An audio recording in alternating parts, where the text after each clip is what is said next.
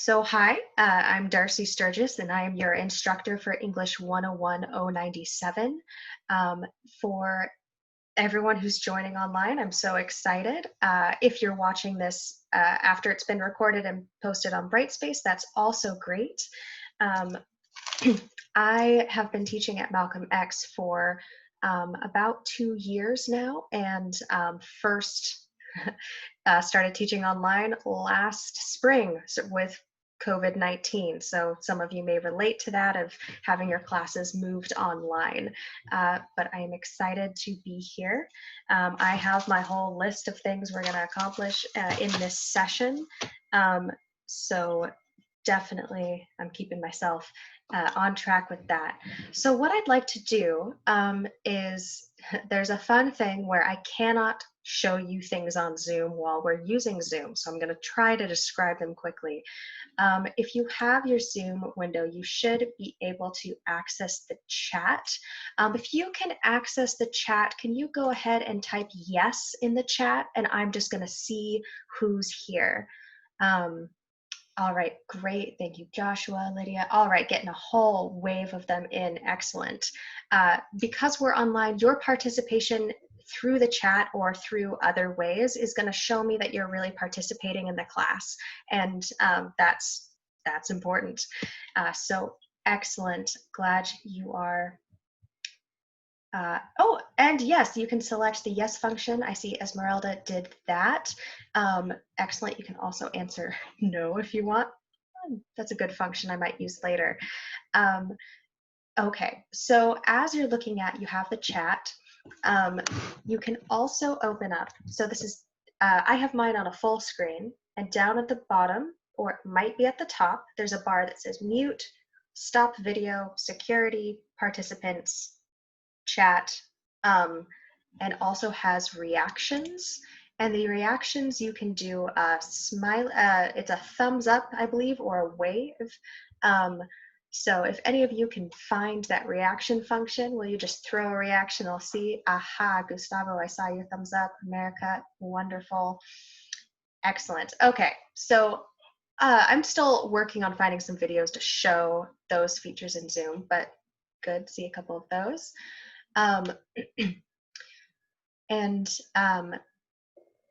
Excellent. All right. So we're here, we're in Zoom.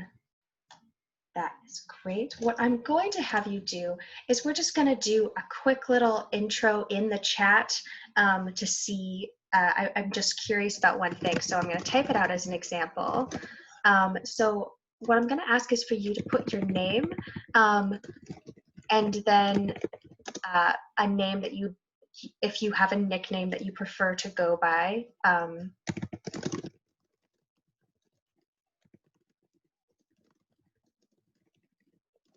Okay, I'm just typing mine out. I should have already had it typed.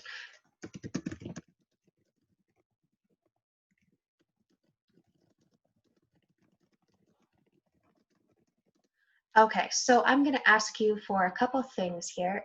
Actually, I can make this a little different. So I'm going to share a screen with you, and this is my whiteboard screen. And so,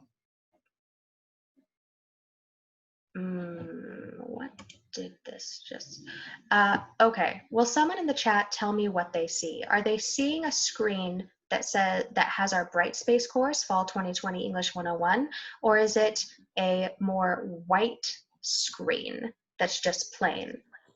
It's a white screen. Okay. Because I have two screens, it's divided some of my information here, so that is very interesting, but I'm figuring it out. Okay, so the first thing you're going to put in the chat is you're going to go your name, what you like to be called, your pronouns, and if you've taken classes online. So in the chat, I'm going to give an example of mine, right? So my name is Darcy Sturgis. You can call me Miss Darcy or Miss Sturgis. As long as you're respectful, you can really call me pretty much of anything. My pronouns, so, you know, if you're not using my name, you'd say, oh, she's my teacher, right? Her her house has some windows. Right? So if you identify with male pronouns, you'd use he, her, he, his, or if you're going more gender neutral option, there are others like they, them. So you can introduce your pronouns. And then if you've taken online classes before, I am really curious about that. If you haven't, that is totally fine. You are not alone in that. So go ahead, everyone in the chat, go ahead and type out what you would like to be called. If you don't want your full name shared, you don't have to put your full name, just your first name, or a nickname that you prefer, your pronouns, and if you've taken classes online.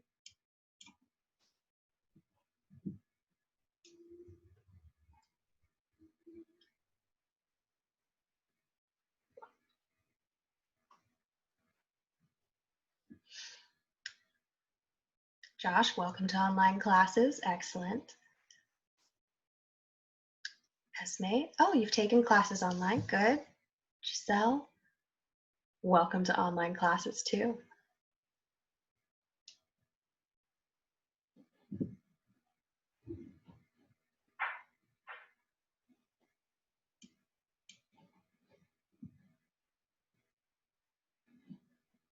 I could have sworn there are more than 3 of you in this class. There we go. It can take a little bit to type it out, I know. So I'll work on being patient. All right. Ooh, now they're coming in good. All right, Jackie. Wonderful. Ruby, Maribel, Gustavo, Ashley, all welcome in. Wonderful. Julietta, great.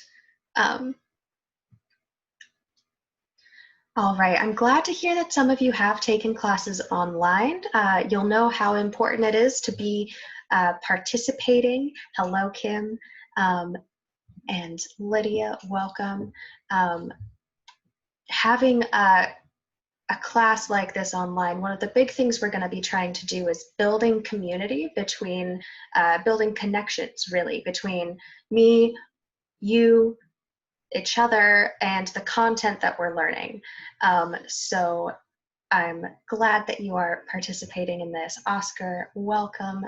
Valeria, Claudia, wonderful. If I ever mispronounce your name, I am so sorry. Please, you can tell me in the chat. You'll see right where you can type a message. Above it, it says to and then everyone. And if you click the little down arrow next to everyone, you can select who you want to directly message. Now I'll say, if you message other people in the course, that's fine. I do get a complete transcript of the chat. So if you decide that you want to send covert messages to a classmate, I will end up seeing them. So just so you know. But you can message me privately with questions or anything like that. Wonderful, excellent. Okay, so it looks like we've got quite a few. We've got Claudia here, Oscar, and Josefina. Do you prefer Josie or Josie? All right, hello, Caroline. Awesome, great. Okay, wonderful. Great. So we're in this class. We seem to have, honestly, it's similar to my other section that I'm teaching of the same course that I teach on Monday, Wednesdays, that about half of you have taken some online classes before and half of you have not.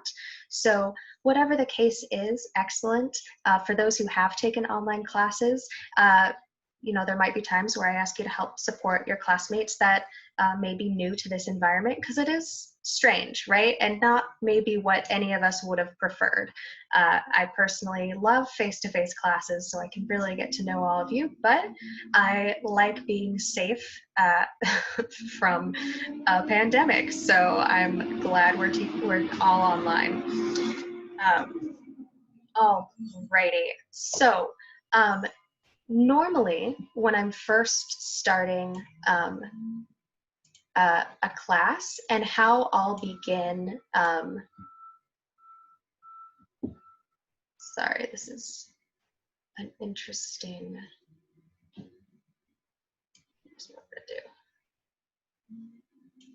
I'm going to change what screen I'm sharing with you. I'm going to try to fix this up here. Okay. Usually when I start classes and how these live sessions will run. So the live sessions will always be recorded and posted on Brightspace and YouTube. So if you are not able to attend a live session, you can watch it later and answer a few questions. I'll explain this more later, but you'll be able to answer some questions and get those participation points. I am not taking attendance in a traditional sense. I know that there is a lot going on in the world right now. We're in a pandemic. There's a lot of protests for racial justice. There are probably a lot of things in all of your lives that you're having to juggle because of those things. So if you can't make it to class someday, that's okay. You'll just have to watch the recorded lecture on Brightspace or YouTube and send me some information about it. But usually at the beginning of a class or a live session, I'm going to start with a free write. So I'm going to try again to share my screen and hopefully this will be good. Okay, let's clear this. There we go. Okay. See how much fun I'm having. So for a free write, you can either be typing this into the chat function or your own Word document or on paper and pen. This free write is for you. So however you feel you write most comfortably. I personally have to write with a pencil because I have to be able to erase, and I need a notepad because I like to do things by hand. If you're different, that's fine. But a free write is for you to answer something honestly and just get comfortable answering a question in your own words. And so the question that I have for you today, and we're going to spend about 5 minutes writing this. So if you're typing it in the chat, go ahead and try to write like a small, like several sentences at least. So our prompt today is going to be,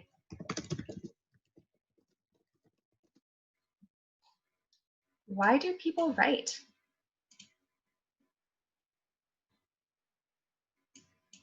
All right, so let's take a few minutes here, about 5 minutes on your own time. Answer the questions here. I'm going to put some directions underneath here of how to.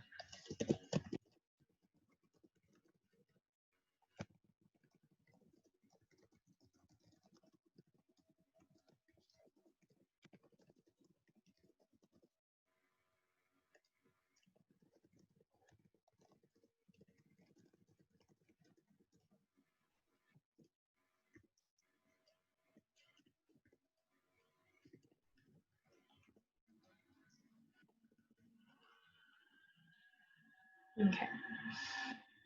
So if you're writing by hand, you can take a picture of it and send it to me at the number on the screen, or you can type it into the chat box.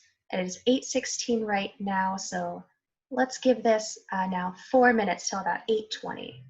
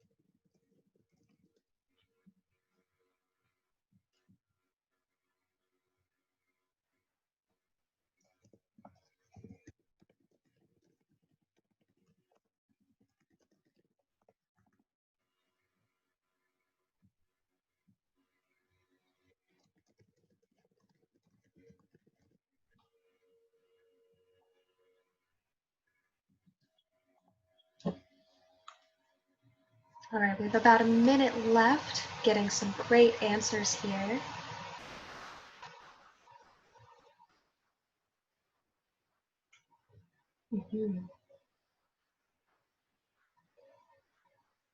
I'm looking at some texts that I've been getting, just in case you're like, why is she on her phone?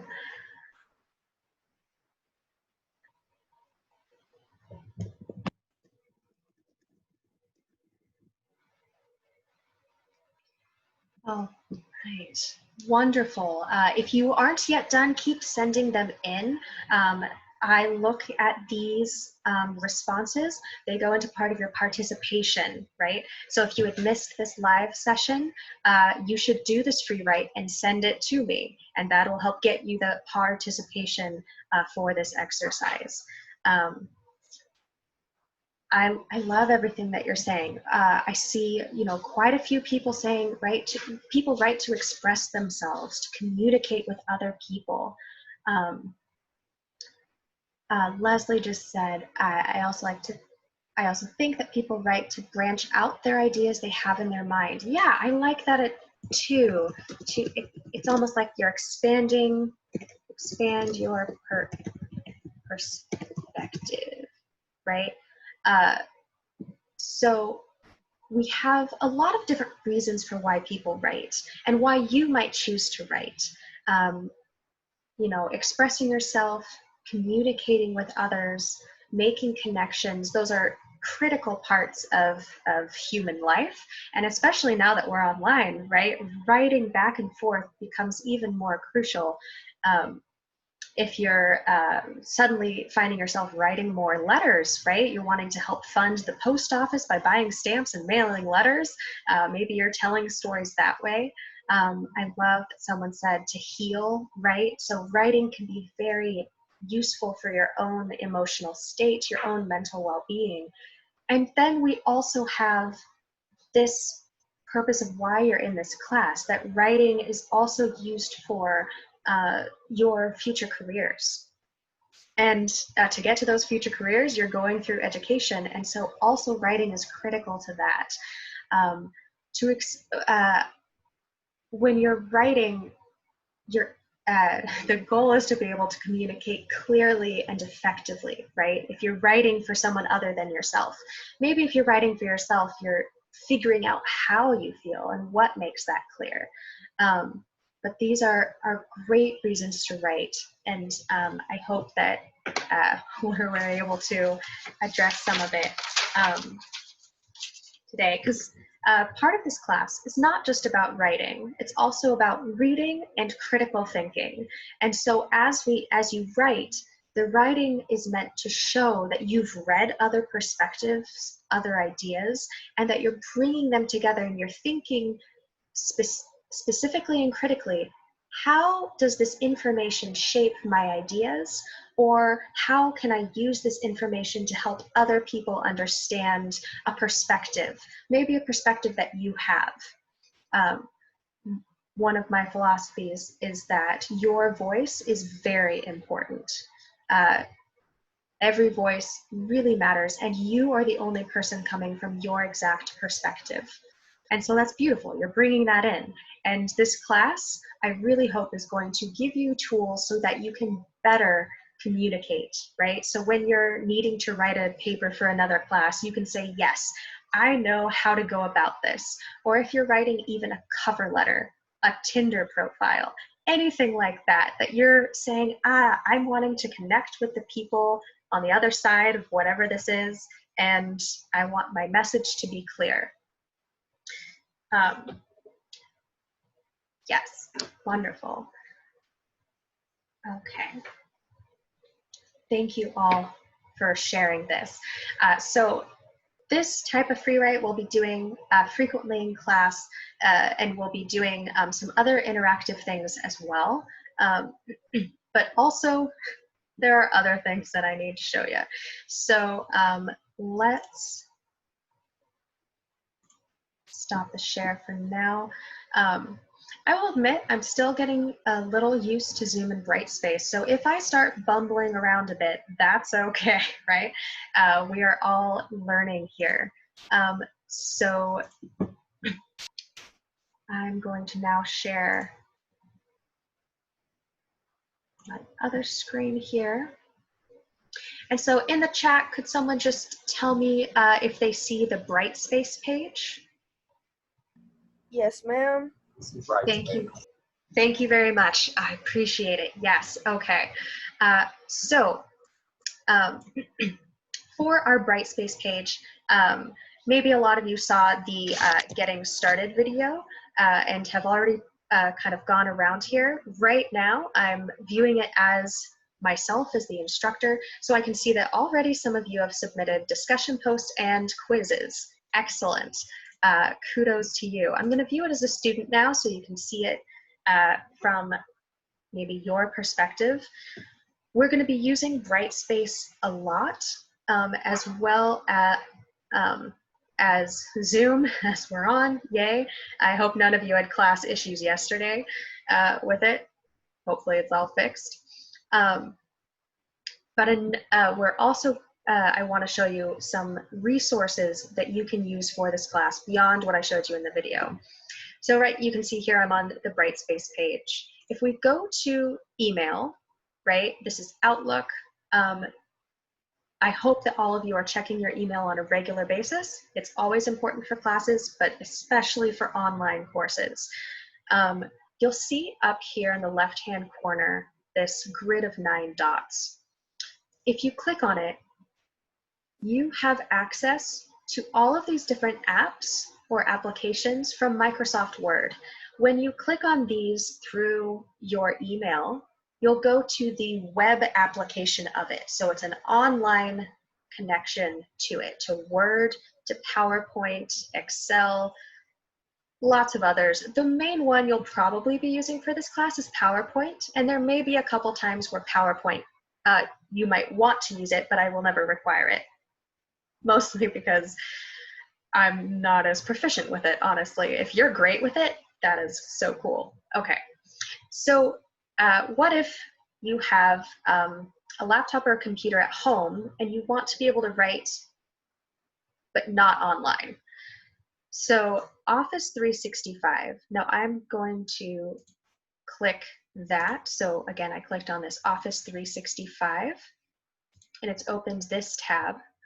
The City College's provides every student a free download of Microsoft 365 to any device. So you can download, I'm actually not sure how it works on a phone.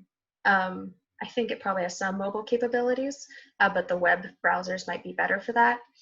But you can also download it to your desktop or laptop. So here, right, it shows I can now access, again, all of these different applications.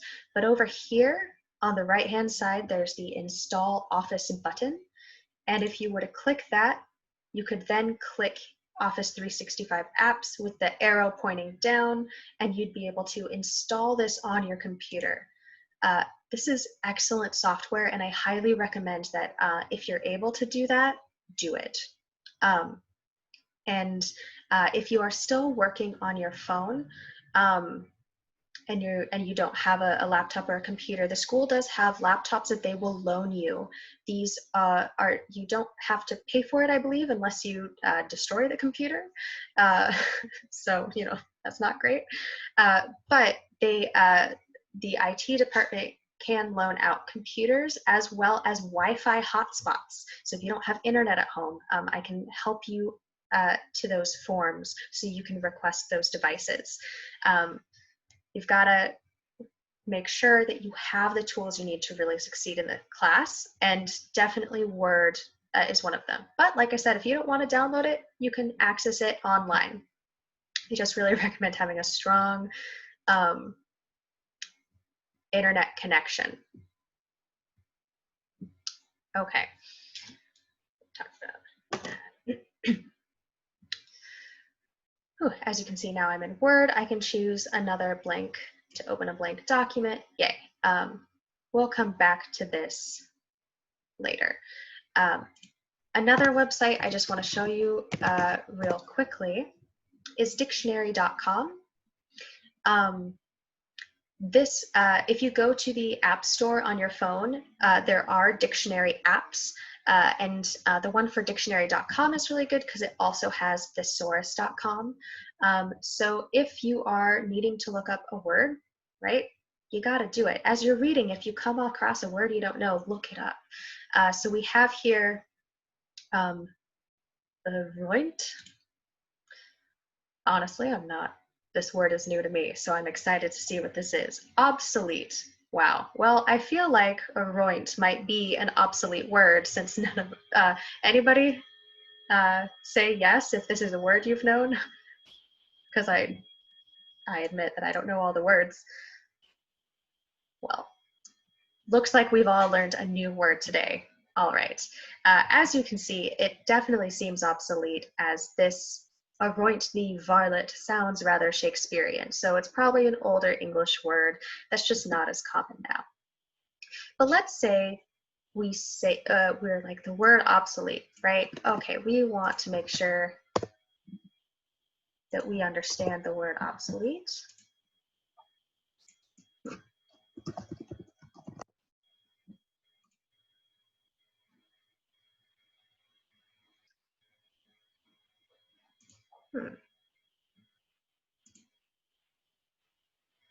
Dictionary.com is failing me. This is the first time it's never. I think this might be my internet, actually. Okay.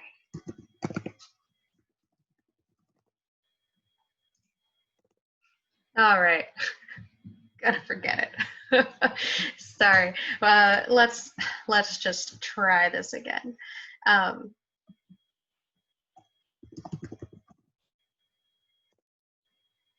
There we go.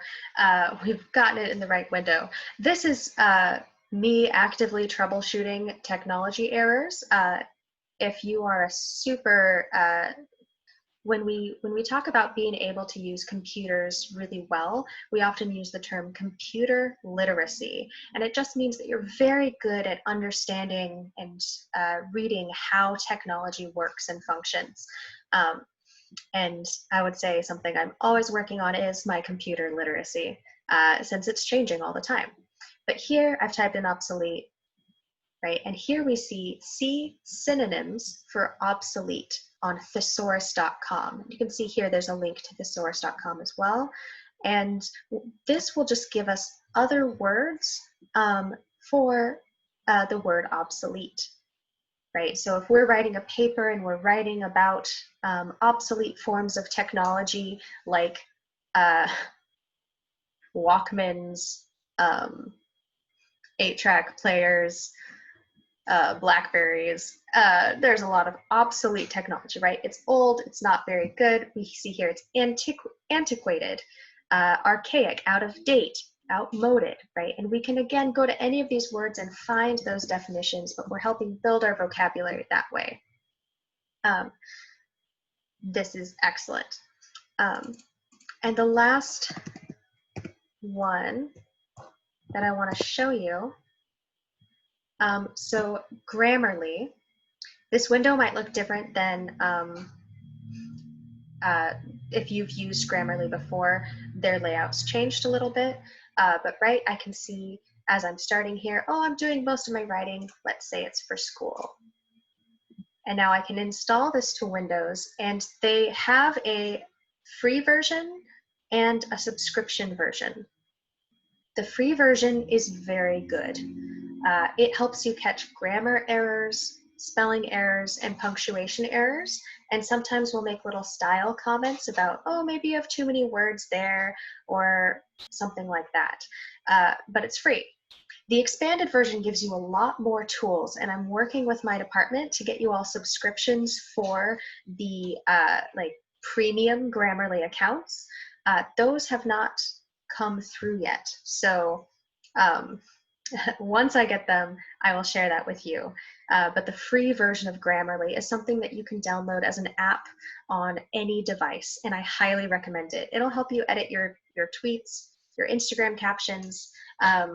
I don't know if it works with TikTok, but it probably does. Anyway, it is an excellent resource that you should use. All right. And speaking of grammar, right, we're in a class, English 101, but you're also in English 097.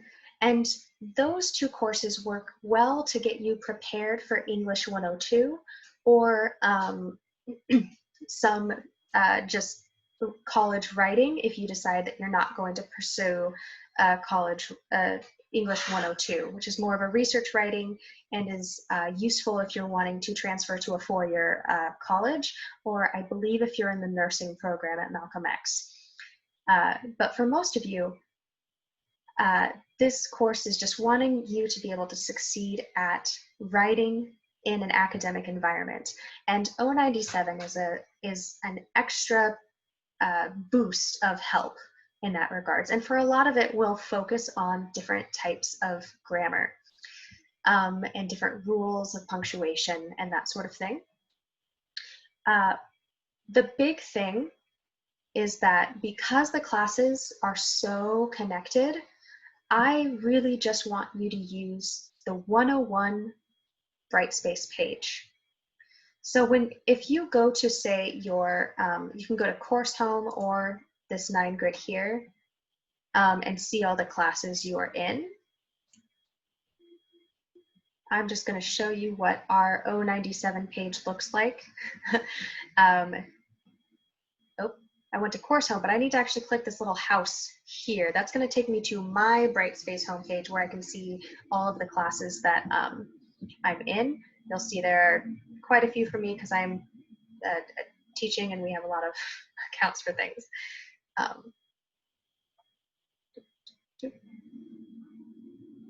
So here, right, you see Fall 2020 English 97 ALP1. So that's technically the 97 Brightspace shell or course to be connected with 101. And the only thing I have on this course page is that you need to go to the English 101 course page. All right, everything for 101 and 097 will be on the 101 page. So let's go back to that.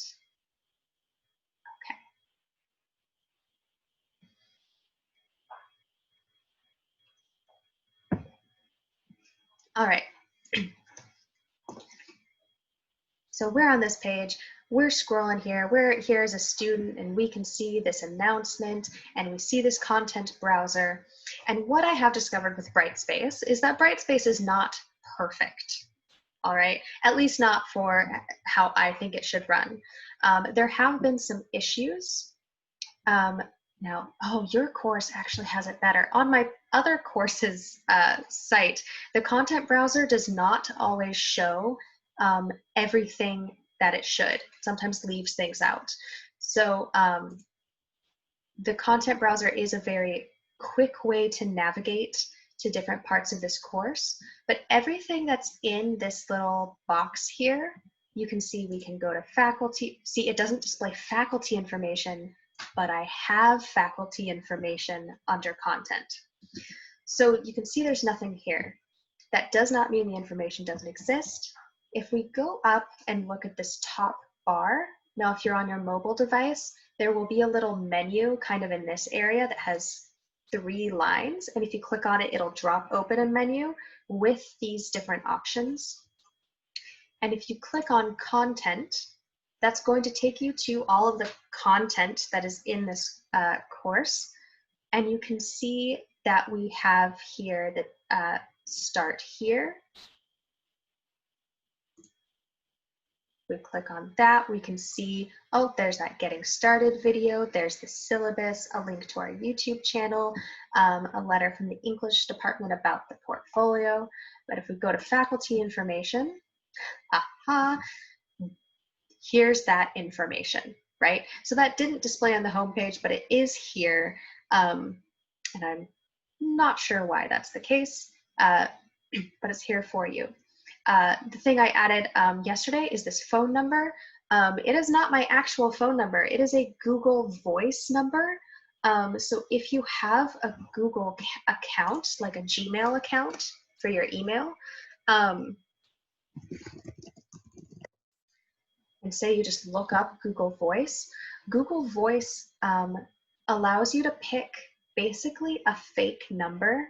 They'll give you a list, and you'll get texts and calls through the Google Voice app on your phone, but a person won't have your actual number. So it keeps it a little more private and just safer for everybody. And so you can text this number with questions if you have them. You can also email me, of course.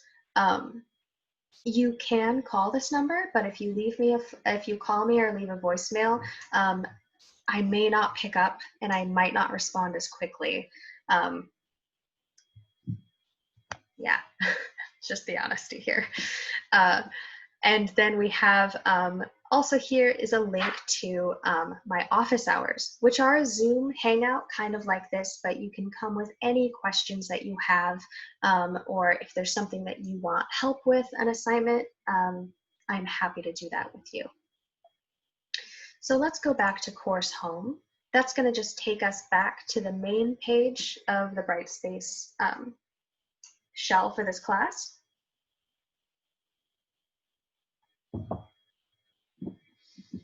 And for the updates, you'll see it'll remind you of a few things. People have already started a discussion post and it says, oh, there are 6 ones that I have not read. Cool. There's also 1 quiz that I haven't taken. So this doesn't necessarily mean you have to do these things, but it's something that you can be aware of. If you scroll down, you can see the calendar. I am still adding things to the calendar and will probably be adding things quite a bit in the next few weeks, if not the rest of the semester. But you'll see here that we have on August 28th, which is Friday, by 11:30 p.m., a grammar assessment quiz is due. On August 30, a diagnostic essay is due. Also on August 30, the grammar assessment quiz availability ends. So this is really connected to a policy in my syllabus, the late work policy. So for some things, like the grammar quiz, if you complete this quiz at any point before August 28, Friday, at 11:30 a.m., or sorry, 11:30 p.m., you get full points. It will not be counted as late, and this quiz is one that you just get credit for doing. Even if you get every question wrong, as long as you complete it, you will get full points. I am looking to see where you are with certain grammar skills. And so at this point, it doesn't matter where you are. I'm going to help you get better. I just want to see where we're starting. The diagnostic essay is a similar concept.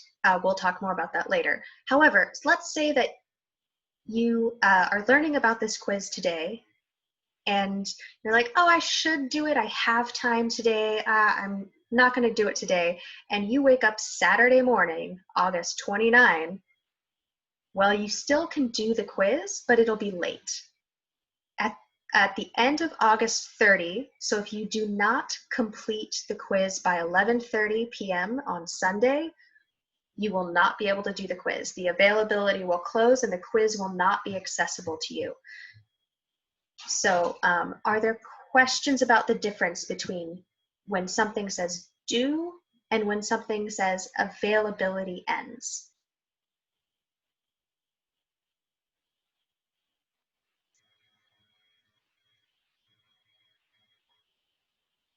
All right, if you have a question, you can send it to me on that voice number or type it to me in the chat.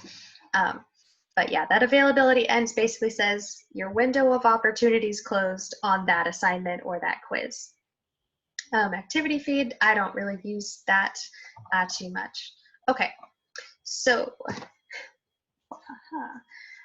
let's go here to the start here, and we're going to go to our syllabus. Now, I did get an email. Thank you to the person who sent it to me that pointed out that this syllabus has a mistake on it. Here I've said that the class time is Monday, Wednesday. That because I'm teaching an identical course to this one on Monday, Wednesday, I just happened to upload that syllabus to this shell. I will be fixing that soon, but just know that you are in the right section, even though the syllabus says Monday, Wednesday. I mean, for us, it is Tuesday, Thursday class time here. A big philosophy of mine in life and in teaching is that you should ask for what you want and ask for what you need.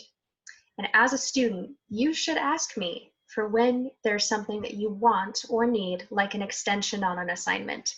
The worst that will happen is that I'll say no.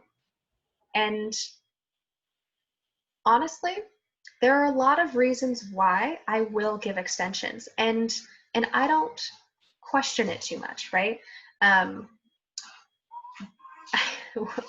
When I was in graduate school getting some teaching training, I had a teacher say, you should always ask for like a death certificate when someone passes away. And I said, no. Like, I don't need to know what has come up for you as to why you need an extension. If you want to share, that is fine, but I don't require proof, because if you are lying to me about it, that's on you. If you're lying and saying, oh yes, this person in my life passed away, I need an extension, and they're fine, and you've lost no one, that's not on me. Anyway, I hope that makes sense. But there are some assignments that I cannot give extensions on, so the worst that I'll say is no, but definitely ask, and ask before the assignment's due. All right, let's try to get through the syllabus stuff, because it's a lot, and I am talking a lot at you. So, required materials. Everything that you need to read and any homework for this course, I will give you. I will give you either links to readings, or I'll give you PDF files that you can download and read on your own. The only things that you absolutely need to have are a computer, internet access, and a notebook and writing utensil. And really, I'm not in your apartment or your home, so if you don't have a pen and pencil and you don't have a notebook, I'm not gonna know, but I highly recommend it. Right? have access to the dictionary at the source, just like I showed you. So this course is really focused on developing your critical and analytical skills in writing and reading. So these two things connect together 100%. If you aren't reading other information and bringing it into your ideas are going to seem much more personal and less connected to the larger world. And with academic writing, you want to show that you are connecting to things that are bigger than yourself. We'll be writing essays, some letters, reports. We're going to focus on clarity and logic. Does it make sense to the reader? Does it make sense to you? Can you understand it? These are very important questions, right? Of that communicating why we write. There are specific learning outcomes, and all of the assignments that I give are connected to at least one or two of these. I try honestly to connect my assignments to 2 or 3 at least, and some of the essays that we'll be doing end up using a lot of these skills. The one I really want to emphasize quickly is number 1, engage in a recursive process of pre-writing, drafting, revising, editing, and proofreading. So this means that you are looking at your writing in steps instead of look at the paper. I want to see all of the little things that you're doing to grow into that paper. And that really helps, I find, if you're stressed about writing a paper, you're just going to focus on little steps at a time, and we're going to get there.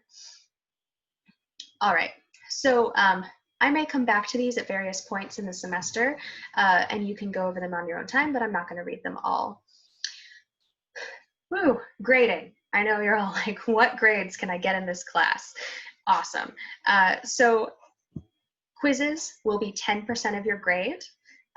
Participation, that includes what I'm kind of using as attendance, which means, are you participating in free writes, in class discussions? Are you posting on discussion boards? Participation's 20%. Papers, both early drafts and final drafts, are 20% of your grade. And scaffolding assignments, all those little steps before you get to a draft, are 20% of the grade. And your final portfolio is 30% of your grade. Now that final portfolio is going to be looking at how you've grown as a writer over the semester. And the diagnostic essay, which I'll talk more about later, is going to establish where you started. And then at the end of the semester, you'll be writing a reflective paper where you talk about how much you've grown since that first one. And you might be like, am I gonna grow a lot? You'll be surprised at how much you can learn in a semester. But that final portfolio is graded by me, and then it is graded by one of my peers.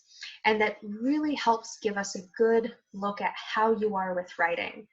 This portfolio replaced a 2-hour final test where you had 2 hours and you better write that essay. But that is not how essay writing works. At least I do not know published papers that have not been revised and have not gone through a long period of development.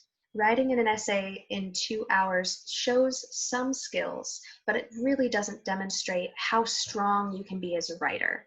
It shows how well you can test. So this portfolio is, I think, a much better solution. It is worth 30% of your grade. So if you get every point right in this whole class, right, you have 100%, but you don't turn in the final portfolio, or you don't pass the portfolio, the highest you could get is 70%. And as you can see here, 70% is a C. That is the lowest percentage you can get and pass. But if you don't turn in or pass the final portfolio, you would have to get 100% in quizzes, participation, papers, and scaffolding assignments in order to pass.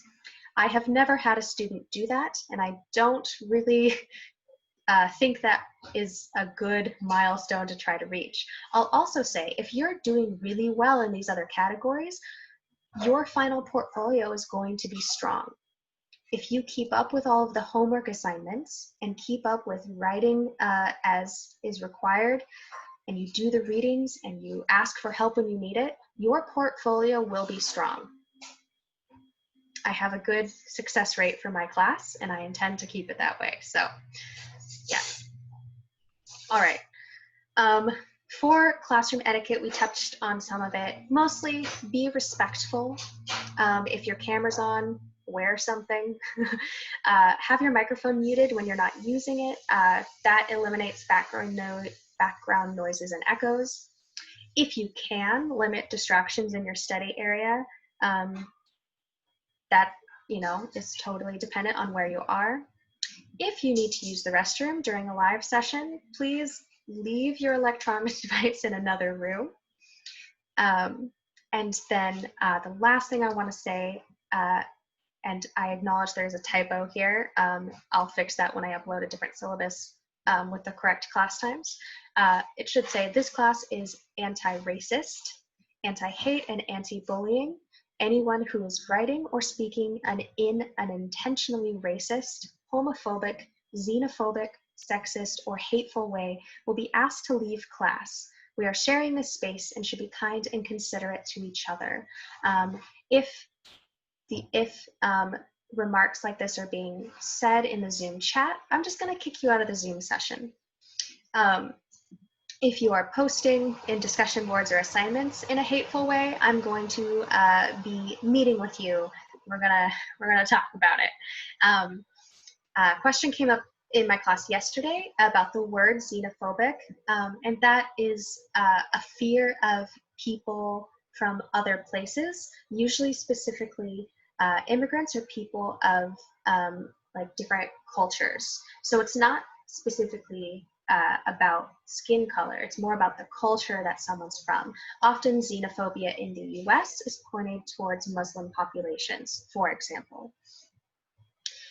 The best way to get to a hold of me is email, although the Google Voice number with a text is also a good way. I do answer emails within 24 hours during the week, and I try to respond within 48 hours if it's the weekend. If you message me on Saturdays, I probably will not respond on Saturday at all. Saturday is like my off day for sure. Attendance. This is being recorded. You'll be counted as present if you attend a live session or if you listen to the posted recording session within 1 week of the lecture being posted on Brightspace and answer a few questions. I'll show you where that will be. And the questions will be very connected to the session itself, most likely, like that free write. And later I have some questions for you all. Late work. If you ask for an extension, these don't apply. I need you to ask me for an extension first. If assignments, quizzes, participation, paper drafts, and scaffolding assignments that are turned in late without asking for an extension first will lose 10% every day late and will not be accepted after 1 week. So if you don't ask for an extension on the grammar assessment quiz and you do it Saturday instead of Friday, you'll get 90% instead of 100. If you do it Sunday, now for the quiz, that's kind of a special thing that I've really capped off because I need it done so I can plan some later things in the course. But after that, if it's up to a week, that's 7 days, you could get 70% off an assignment, right? So if you need an extension, please ask first. I will only accept late paper finals if I've approved of an extension, and the final portfolio cannot have any extensions at all. That's the hardest no that I have.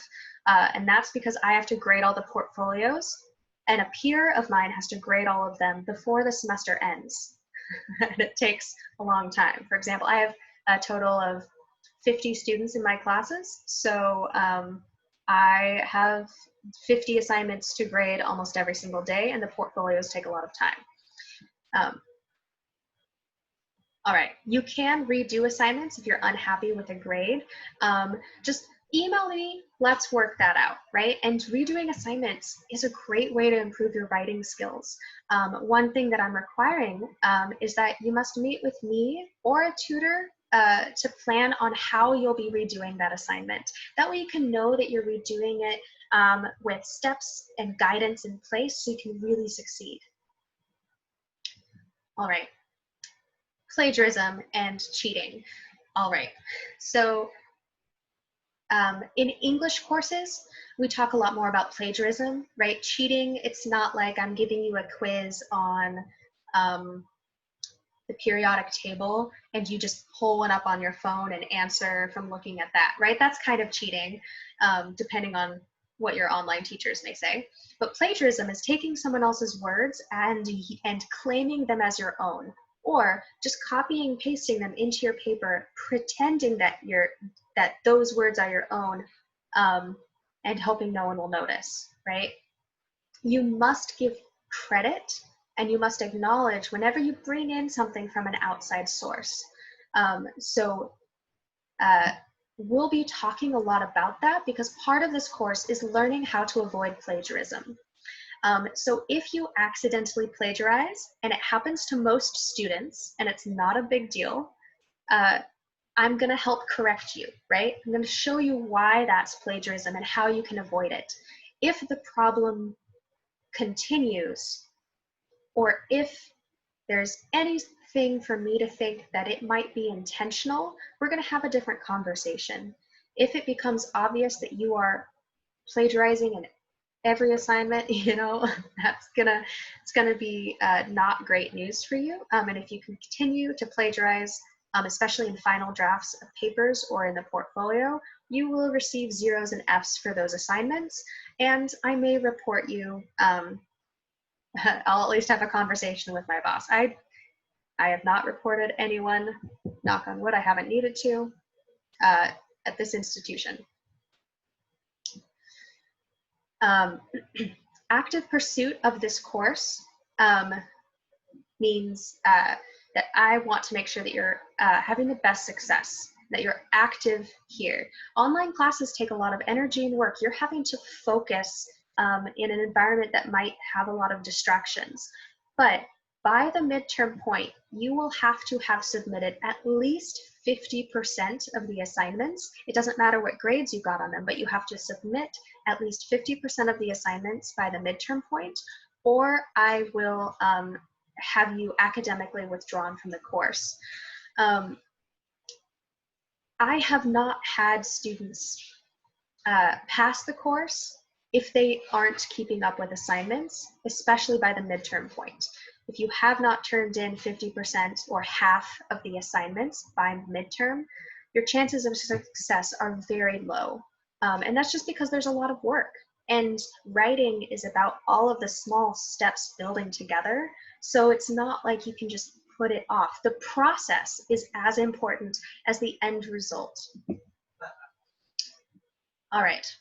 If you want to know more about student conduct, a lot of it has to do with stuff, you know, don't bring drugs on campus. We're not on campus.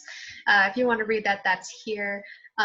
FERPA, if anyone contacts me about your grades, I cannot give them that information. It could be your mother, could be your brother, doesn't matter. I can't share it. All right.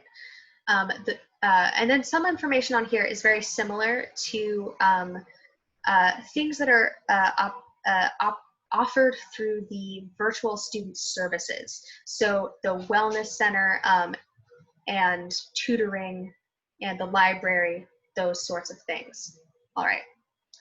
I have the right to change the syllabus at any time, and I am going to be making changes, obviously, since I uploaded the wrong one here with the wrong dates. But now it is 9:01.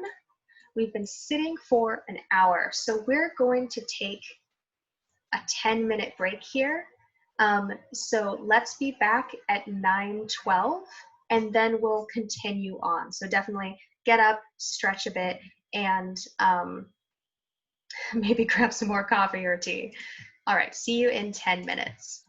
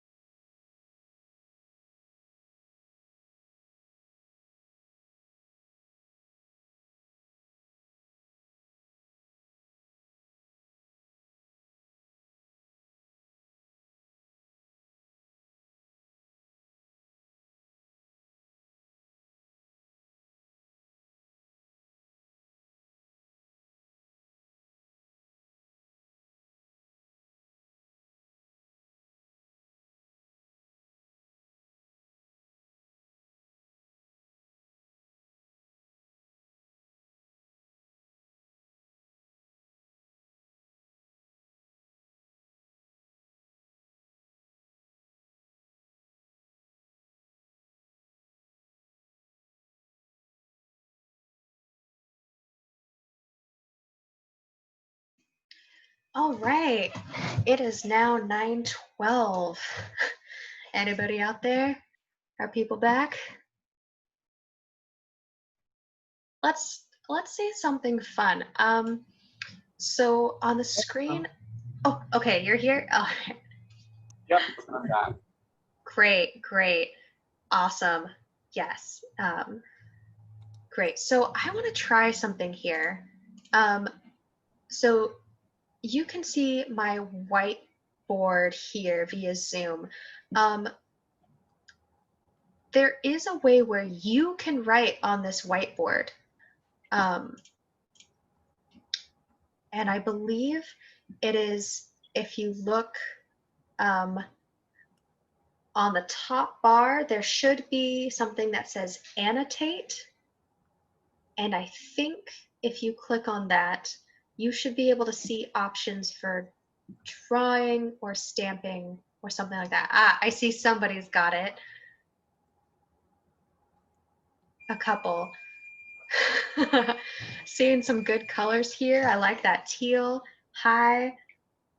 Oh, we've got an arrow going on. Yes. Got it. Looks like, oh, wow, that arrow is cool. This kind of long red one, the stars. Joshua, I see, Josh, you have like an arrow. That's cool. Did it allow you to type your name in it? No, it just says a button that says arrow. That is fascinating. Huh. Okay. So this is fun. Is this someone's name? Etta? Yes. Okay, great. All right, Maribel, let's see that. Wow, okay, this is very interesting. We have a question mark too. Okay. Great. Here's what I think I'm gonna do, just as kind of a fun thing. I'm going to clear what we have here. Oh, it's a heart. That's so nice. What I'd like you to do is once I clear this, I want you to try and draw something that expresses how you feel about writing.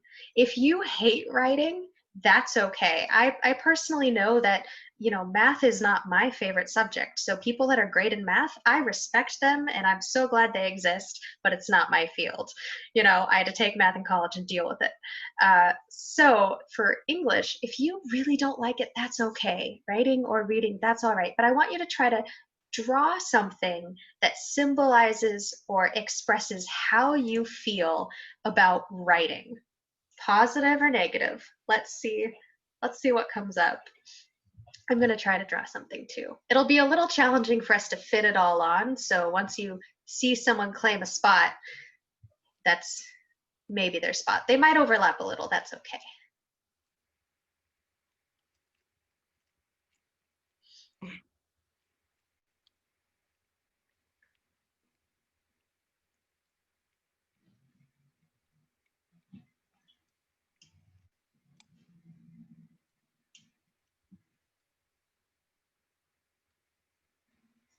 All right, we've got a smiley face.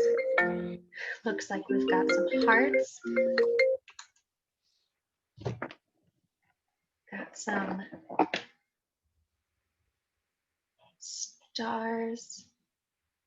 Got a sad face. Yes. Got a kind of worried face. Kind of a, maybe I'm kind of done with it. What emotion, this face here, it reminds me of that emoji that's just like straight lines. When do you all use that kind of face? Pretty much when you're annoyed. Daily life. Literally, daily life. So annoyed and in daily life. Okay. Oh, is this like a sparkly trash can? So I like to take credit for that. I don't like English at all. I don't see the point to it, but it's also kind of fun. So I guess it's sparkly trash. I like that. I think that is great. You know, there's a lot of interesting writing out there for sure. I see a couple people asking how they draw on a screen. I don't know if this works the same on a mobile device. So I don't know if you're using a mobile device, but when you're looking at the screen, there should be at the top a control bar. And I believe if you click the 3 dots that say more, something will pop up that says annotate. And annotate is spelled ANOTATE. And if you click on annotate, there should be some options where you can see select, text, draw, stamp, spotlight, erase. What is That's fucking creative.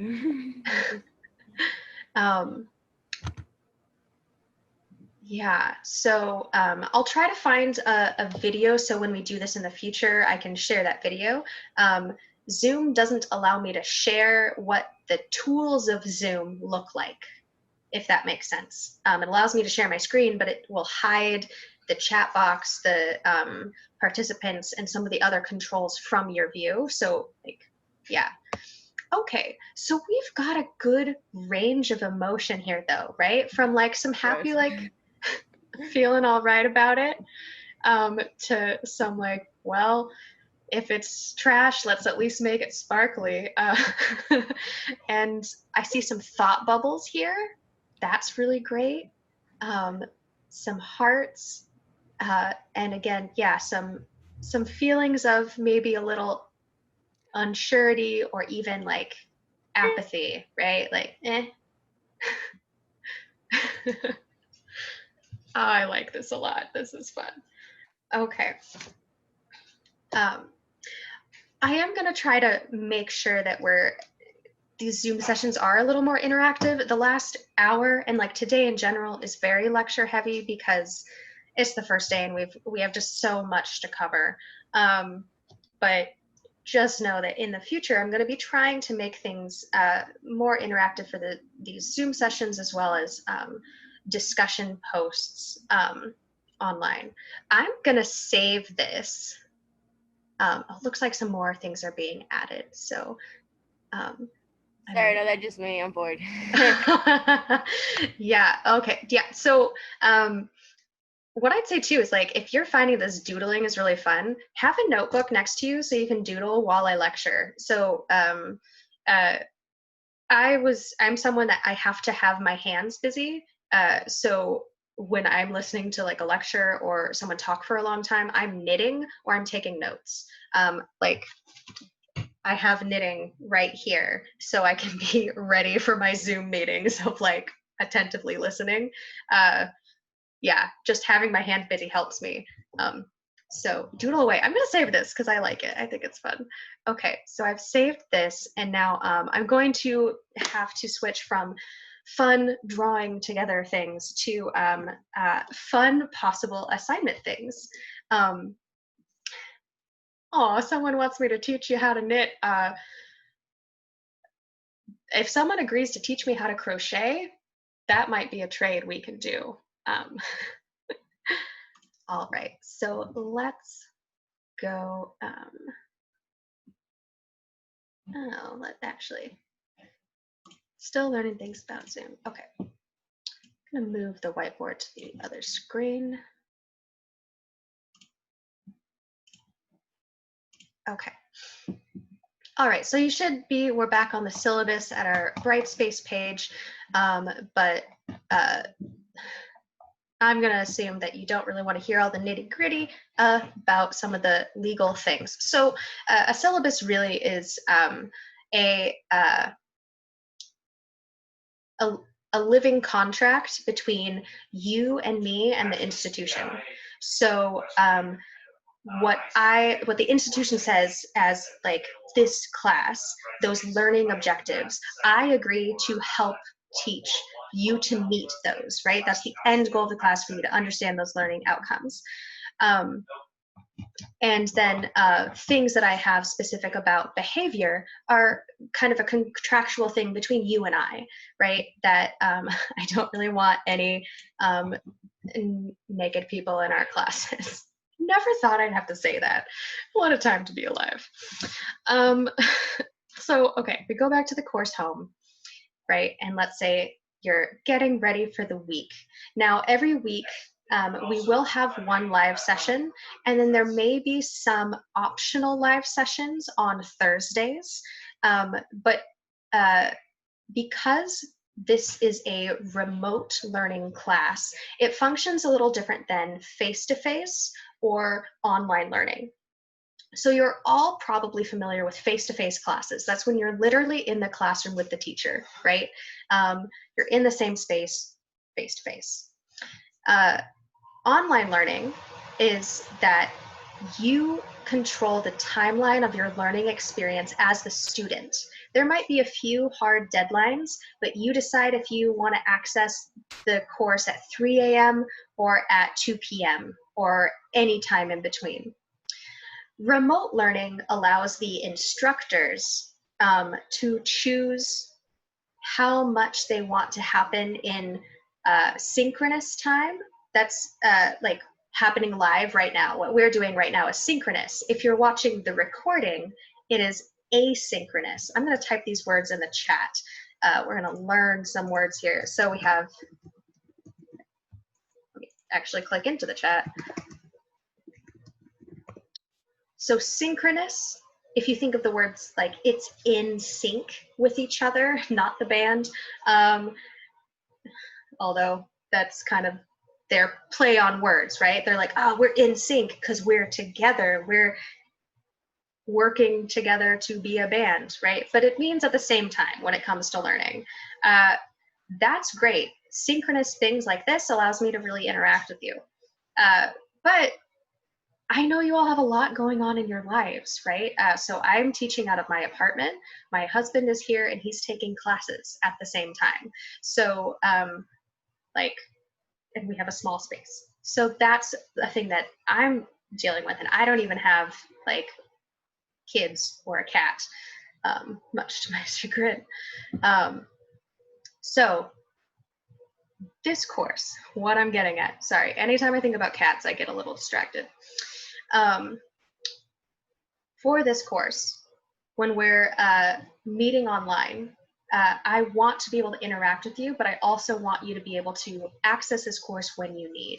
So we will only be having one live section a week that is really pushed like this one. So for us, it'll be on Tuesdays. Tuesday mornings at 8 a.m., you can expect that you should be in class live. If you're not able to, you can watch the recording later,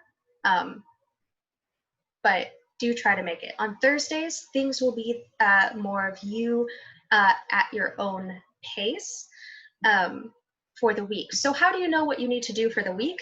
Well, again, we're going to go back to our class homepage, and if we go to Content Browser, we'll see weekly modules. So here, we have all of these different modules. We have 16 weeks of the semester. The weirdest weeks are this first week and the last week, because we have to open things up and get the stage set, and then we have to strike everything down at the end. It's a great theater metaphor if any of you have ever been in a play, right? You have to remove the set once it's all done, but before the play opens, you got to build it all together. So if you click into week 1, you'll see we have this little symbol that looks like some links in a chain. That means it's a link to a website or a Zoom meeting. For here, this is a link to our meeting right now. And then we have a link for Thursday, which is optional live homework help. So this will be, Thursday. So on Thursday, I will be in a Zoom session starting at 8 a.m. And if you want help with any homework or just understanding Brightspace a little more, anything, you can pop in for that. That may not be every Thursday. And there will be some weeks where I am conferencing individually with each student. And those will be mandatory, and we will have to set up times for those to happen. Most likely they will happen when this class is kind of scheduled to meet, so 8 a.m. Tuesdays and Thursdays onward, but I'm home and teaching this course. So if there is another time that you're like, hey, I have work and I have kids and I have a lot going on, I can only meet with you on Tuesdays at, at this specific time, we'll make it work. Okay, checklist for week 1 though. This is really where you get to what you're gonna do for the week. So I have it set up so it takes you directly into this checklist for week 1 module. You can see 0 of 4 items are complete. So attend and watch first day of class lecture. You'll see, click here to watch the recording. This will be updated once the recording is available. So that will be later today. It takes actually about an hour for the Zoom file to download correctly and for me to upload it to Brightspace. So, but it'll be up later today. So you can go ahead, say, I'm watching the lecture. Then you'll see this week, take the grammar assessment quiz by clicking here. Introduce yourself and meet your classmates. Introduce yourself to the class by posting on our introduction discussion board here. Once you have posted, go ahead and read other students' posts. You must respond to at least 2 of them. And then the last one this week is to write your diagnostic essay. So I'm going to talk about that one more, but before I do, the grammar assessment quiz, again, is just for me to be able to see, get to understand a little more of where you might need more lessons in grammar. So if I do click there, it's going to take me directly to the quiz page.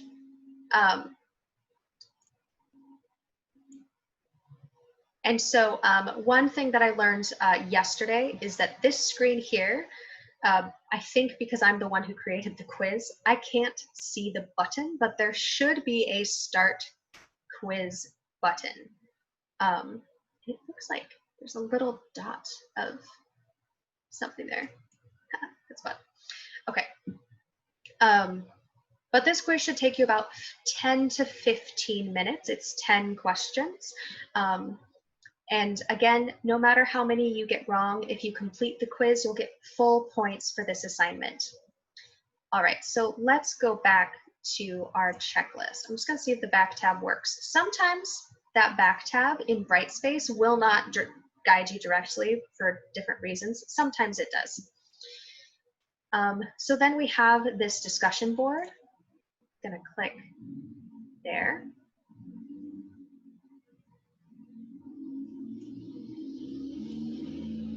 And you'll see here I have the main prompt. Choose a fun photo of yourself, a pet, a plant, or a loved one. Whatever image you choose, it should be one that makes you happy or reminds you of something good. So I'm focusing on a positive way of identifying yourself and introducing yourself to the class. And it doesn't have to be a photo of yourself if you don't want to share one. Then respond to the required questions below. Please answer each question with at least 1 full sentence. So even though I say the word please, I do that to be more polite. This is not a request. If I say please answer these questions, that means you need to, it's a requirement. Why did you choose your photograph? What is one thing that excites you about school this fall term? What is one thing that scares you about school this fall term? And what song, musical artist, band, or group are you listening to the most right now? So I believe I made one here. Yes, right, so here, so as you scroll down, you can see that other people have already posted some. That's excellent. Now, it looks like a lot of people are following my example of saying, hello, I'm your instructor, right? I'm introducing myself even in the title. That's not required, but that is a really smart thing, right? Other people's posts can help you see maybe what you can do. We can all learn from each other, even if it's not a specific requirement for the assignment. So you'll see that if I hover my mouse, my cursor over this, it gets underlined and it turns into a little hand, my cursor, and that just means it's a link. So I'm going to click there.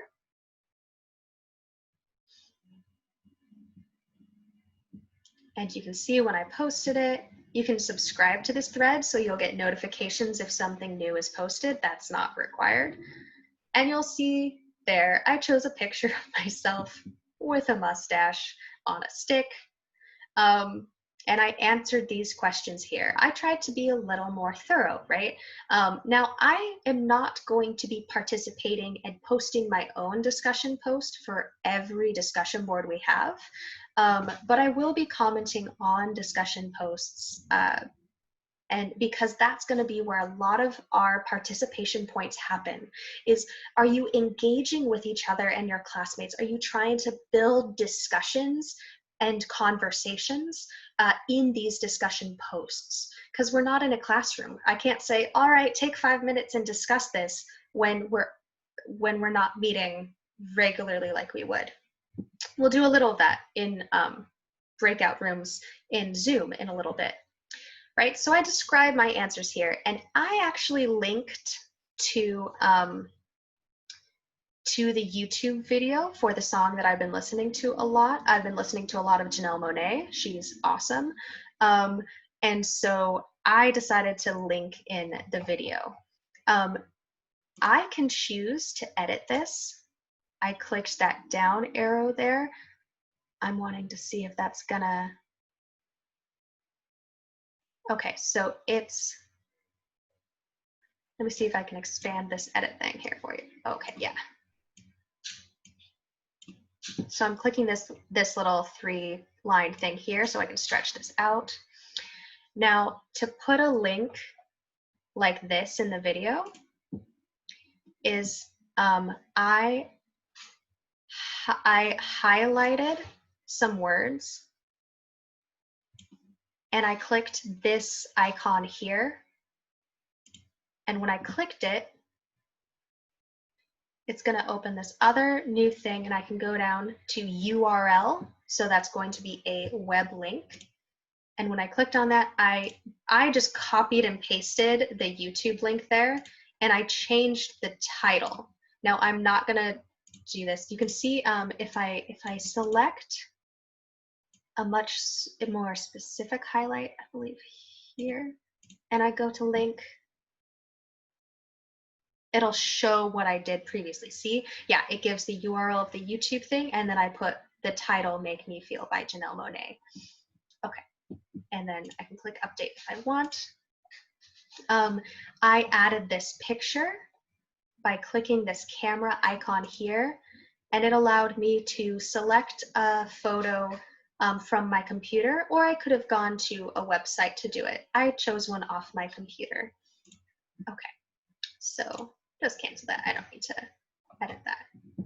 And so now you'll see I'm in a very specific thread. So the discussion list is going to list all the possible different forums or topics, and then inside each individual person's post is going to be the start of a thread. So let's say I am a different student and I've read this student's thing. I can click reply to thread, and that's how I'm going to start that conversation with my peer, right? So I can click reply to thread. I can choose to make a different title, right? Now, because I'm commenting on my own, I'm just gonna be like, example thread response. And then here's where I can type it. Now I have some specific instructions for responding to your peer that I'm gonna show you. So I'm actually going to I'm not gonna post here, but let's pretend example post. I could then, I have to, after I type this in, I could add another picture if I wanted. I could link to something else if I wanted. I could say, oh, I really, really like Bad Bunny. I found this song to be one of his best, right? And I could link to it if I wanted to. But you have to hit post. And I can delete it after I do it. So after I hit post, you can see it shows up now after this. Now, because I'm me, I can delete it. You cannot delete other people's posts, just so you know. I can't. So if someone posts on a post of yours and I don't see it, but the post makes you uncomfortable, please let me know, and I can deal with that for you. Okay, so yes, I am sure I want to delete that example. So back up here, let's say, okay, now you want to read someone else's thread because you have to respond to 2 classmates at least. So we're going to go back to view topic so I can navigate one back here. And it takes me back to the main prompt. And if I'm needing to make my first post, I'm going to click start a new thread and do that. But now I can go and click into somebody else's and respond that way. So how should you respond? If you see here, we're going to go back one to discussions list.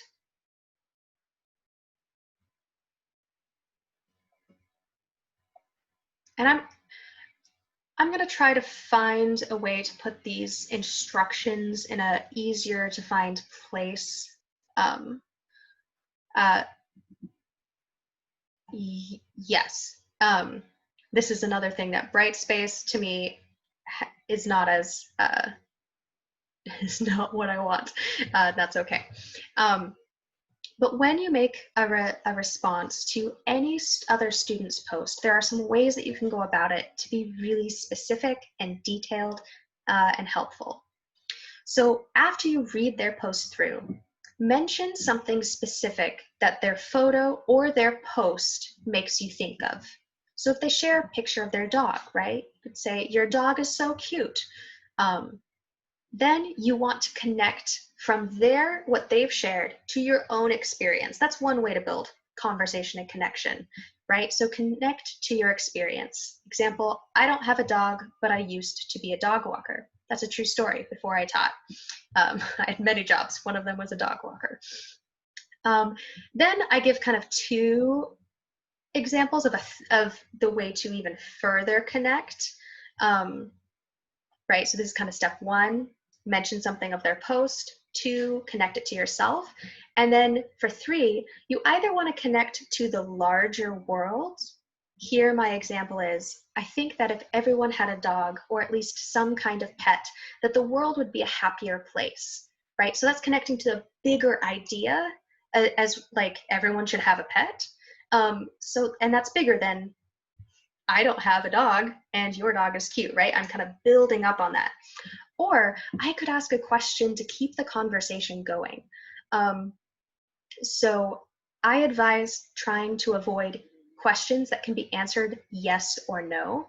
So if you say, does your dog bark at people? Well, the person can respond yes or no, and there might not be much more discussion. There might be, but it leaves very little room, right? I'm sure all of us have known someone that we've tried to get to know, and when you say like, oh, what did you do this weekend? Nothing. Was it fun? Yeah. Can you tell me more about it? Nah. And that's fine. But for building discussions, we want to ask what are called open-ended questions, which can be usually who, what, where, when, and why. So open-ended questions are who, what, where, when, and why. So these are also called like journalistic questions. When we're investigating something, we want to know these details. So what kind of personality does your dog have? That question is open-ended and can lead to a discussion about how dogs have different temperaments and personalities. And so that's going to help you really engage more specifically with your peers here. You'll see now that I'm in the main discussion section, here I have introduce yourself with some instructions, and then further here to get in the specific introduce yourself section. And then I do have, I'm building this forum. You can see it says moderated. That means if you post something to it, I'm going to approve it before it gets live, where other people can see it. And this is where I also will be posting questions that multiple students have asked me. So I've already put one here that a lot of students were asking me in my classes yesterday. Do I have to attend live lectures, right? So this hopefully will become, this forum will become a good resource for you to just get some, to be able to scroll through and find some answers as needed. Yes. So, all right, so now if we're on this page, you might be thinking, how do I get back to that checklist? Now there are a couple different ways we can go about it. I'm not going to use the back button because we'd have to go back quite a few pages to get there. So I can either go course home or content. Let's try, we know kind of course home how to do it, or I've gone through that a couple times. Let's try content here. Grab some of my tea.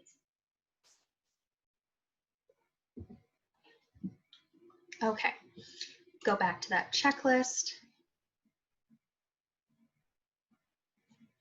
All right, so we could say I introduced myself to my classmates, right? And it saved it, so I have that. I can see what you check off. And then I can also, you know, check to see if you actually posted. So use this tool. I'm not going to be monitoring this tool a ton, but it's a good one for yourself, right? After you do it, to check that off. So now we're going to talk about the diagnostic essay. So this essay is crucial, and it is one big reason why I don't have any videos or assignments being scheduled to talk about on Thursday, because this this assignment should take your time. So when we're thinking of the portfolio at the end of the semester, we're wanting to see how you've grown, right? So this essay is basically letting me see where you're at right now. And there will be various levels within this course, right? We're all coming from different experiences. Maybe you've written essays before, maybe you haven't. But you're going to do your best to do this. So this is an essay that I have usually done in class. When I'm doing my face-to-face sessions, I have done it where we've written it in class by hand, which again is not the best way to do an essay, but gives me as your instructor some knowledge. I do not expect perfection from this essay, and you should not either. This is really about where you are. If you turn this essay in, you will get 100% on it. If you do not turn it in, you will get a 0. This is an essential part. If you do not have this essay, you will not be able to complete your portfolio at the end. And if you don't complete your portfolio, you will get 0 for the portfolio, and you will probably not pass the class. Like, most likely, 99% chance. So yes, a lot is riding on this, but the stakes of it are also low. I'm not going to be tearing them apart.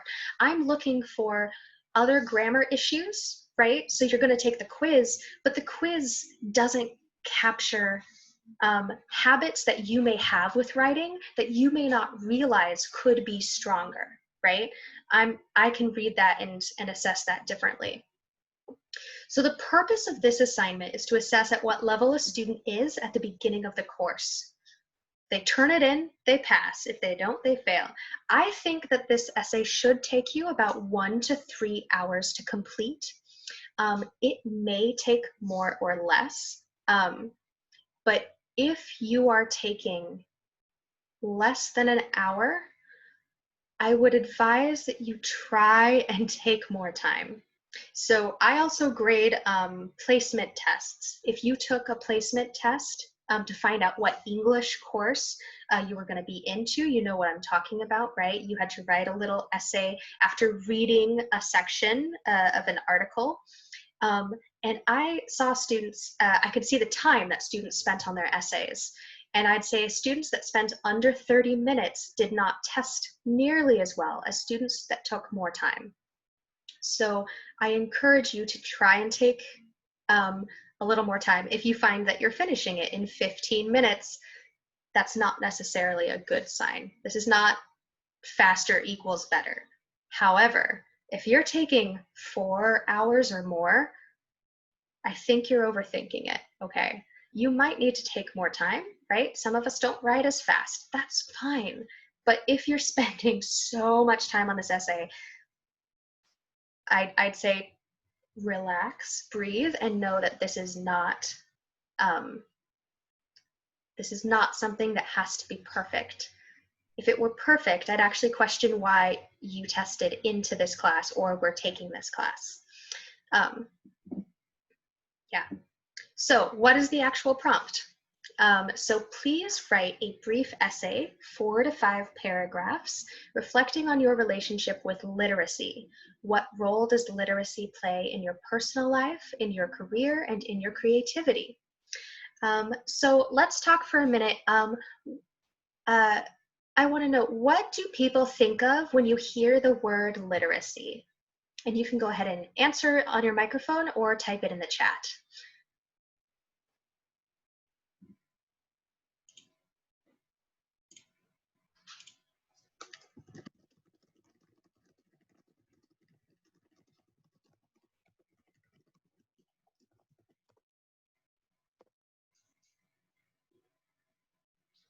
And if you want to look it up quickly online, you know, that's not cheating to me.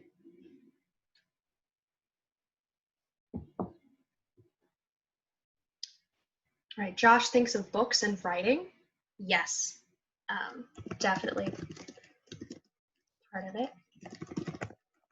Jacqueline saying reading. Gustavo agreeing with reading and writing. Reading and writing. Reading and writing, yes. Yes, okay, so you can keep adding to this list in the chat. If you come up with something, long lectures about anything English, that I would say any lectures are also about literacy in some ways. So literacy definitely is reading and writing. Those you can kind of switch those out. Now, sometimes we talk about more specific forms of literacy. Earlier, I mentioned computer literacy. You know, how comfortable are you navigating and using computers and technology? But for reading and writing, that's going to really be in this class, and it can be anything that you write and read. Writing a text to your friends is writing, and reading the text you get back is reading. So how does reading and writing play in your personal life, in your career, and in your creativity? You know, a lot of you mentioned how you can write to express yourself, right? And express your feelings. That's an important part of creativity and in personal life. What moments influenced your relationship to reading and writing inside and out of the classroom? So when I say influenced your relationship, I mean the good and the bad, right? So I know that in college, I had a teacher, a poetry teacher, who really critiqued one of my poems very, very severely. And it made me think that I should never be a poet, right? And I didn't write poems for years, and honestly, I still don't really write them. So that was a bad experience for me. The good may be, my mom used to take me to the library every single week, and I could take out as many books as I could carry. Or maybe there was a limit of like 7. But so going to the library to me was a good relationship with literacy. You can take a moment to think about the struggles and achievements in your experience, your history with literacy, with reading and writing. What sort of feedback from teachers, parental figures, or friends encouraged you? What discouraged you? Did you love or hate reading or writing, or were you taught to love it or hate it somehow, right? Our experiences can really shape how we feel about things, and it may change over the course of our life. How do you learn? Does school work for you? Now, what I'll say, there are a lot of questions here, right? We have a bunch of different ones. when you get a prompt like this, it does not mean that you have to answer every single question in order, but take a minute to think about all of these questions and think about your own experiences, and see what comes forward to you, specific memories or specific experiences that you can think of. And that may be more of where you focus. Usually, I won't say all the time, but usually when a prompt has so many questions, they're really looking for a bunch of different questions that are going to inspire students to answer more of a concept than a specific question. Does that kind of make sense? Can I get some yeses or nos in the chat or reaction?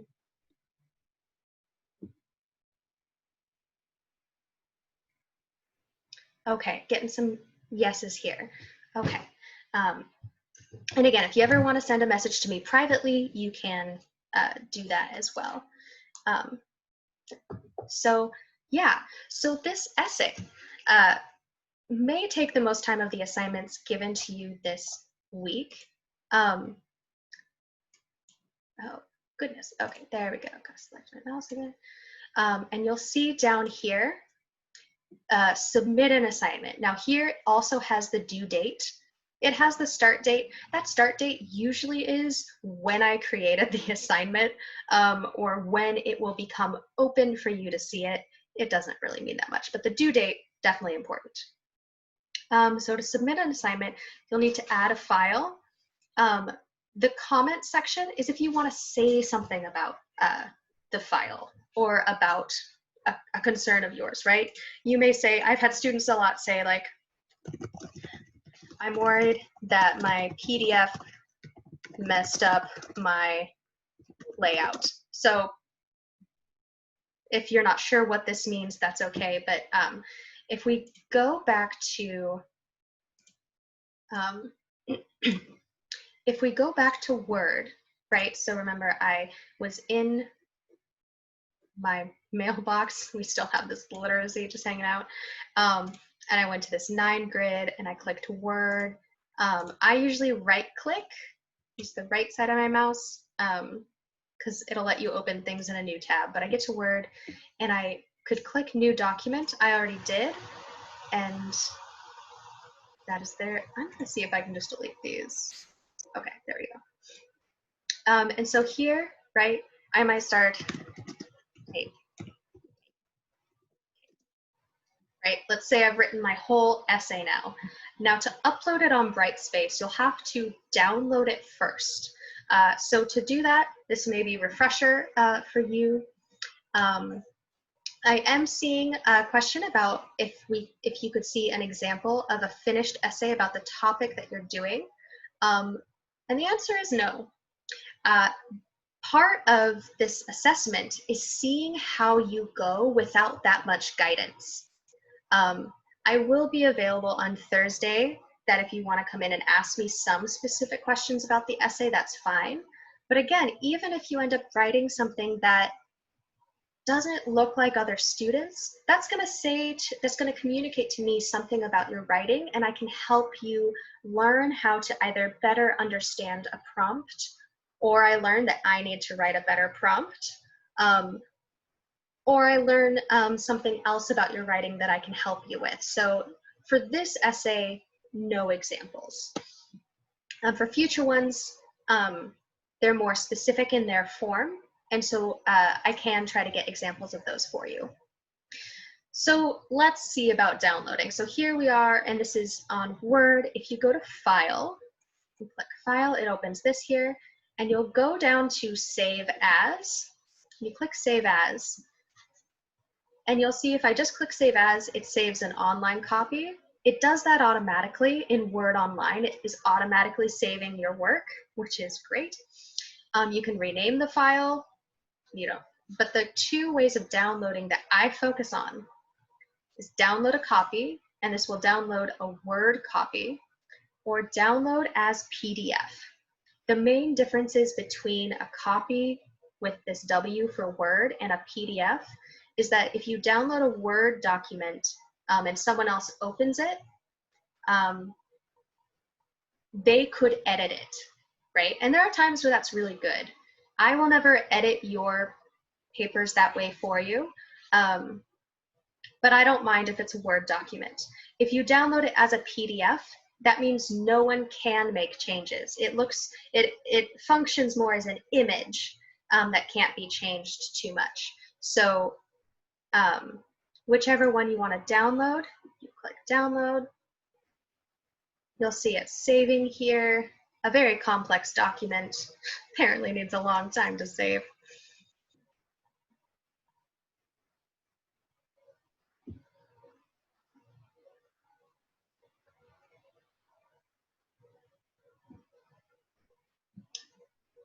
Wow, it takes a long time to save. Okay. Okay. I'm not sure what is fully going on here, but I think it's just taking its time.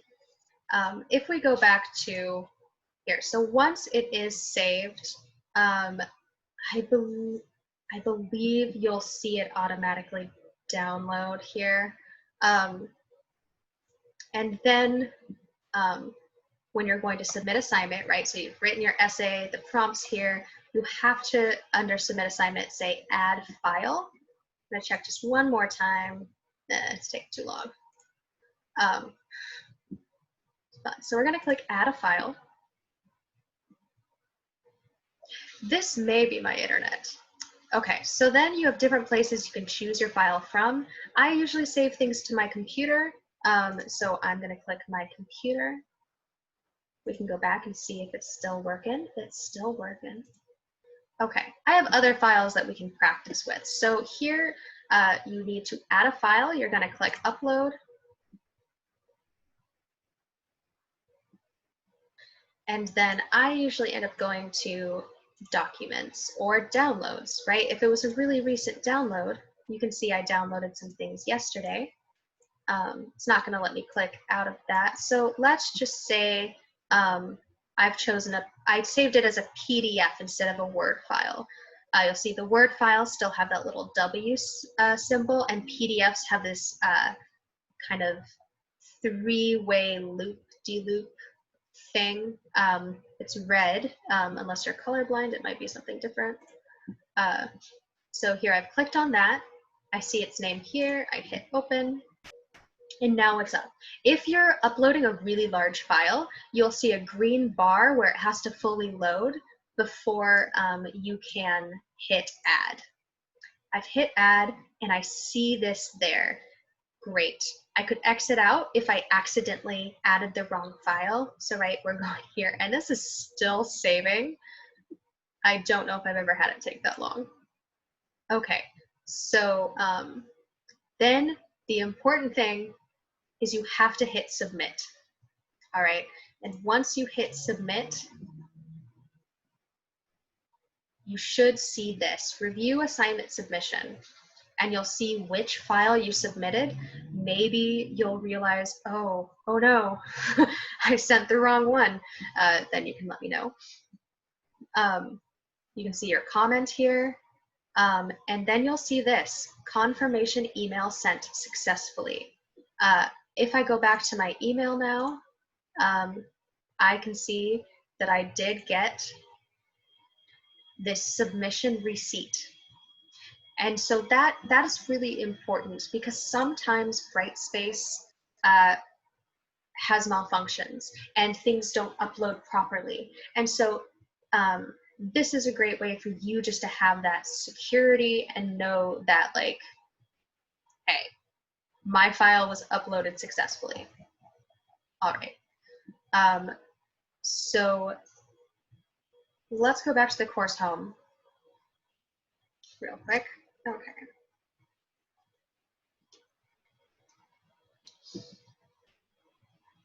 Okay, it is 10:01.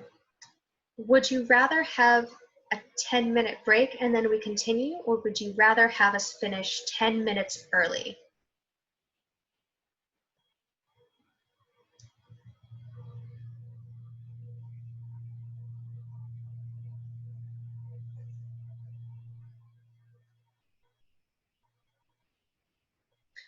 I'll continue on right now. It seems like people may not have a huge preference. That's all right. Finish 10 minutes early. Okay, great. Mom, we'll have 10 minutes break. Is that okay? 10 minutes break. Yes. How about this? Let's have a 5-minute break. Okay. And then we may still finish 10 minutes early, I think. Okay. So let's go ahead and have a 5-minute break. We'll be back at 10:17. All right now. All right. Okay, excellent. All right, see you all in 5 minutes.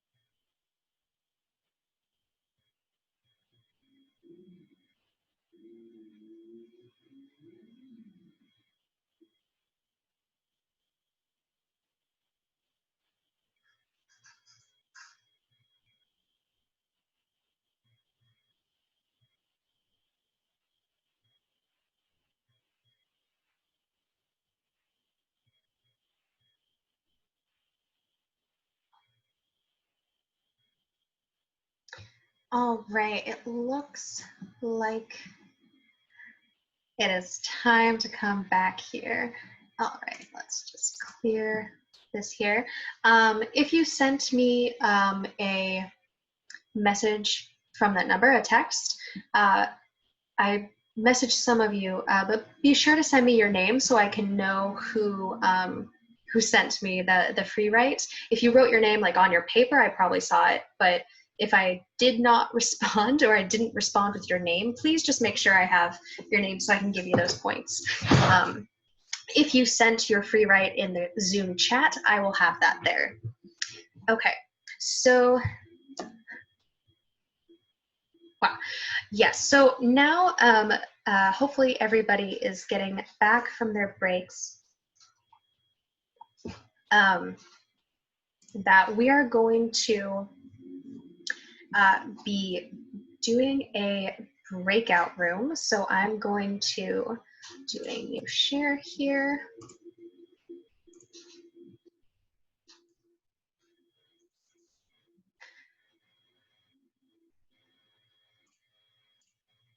Oh.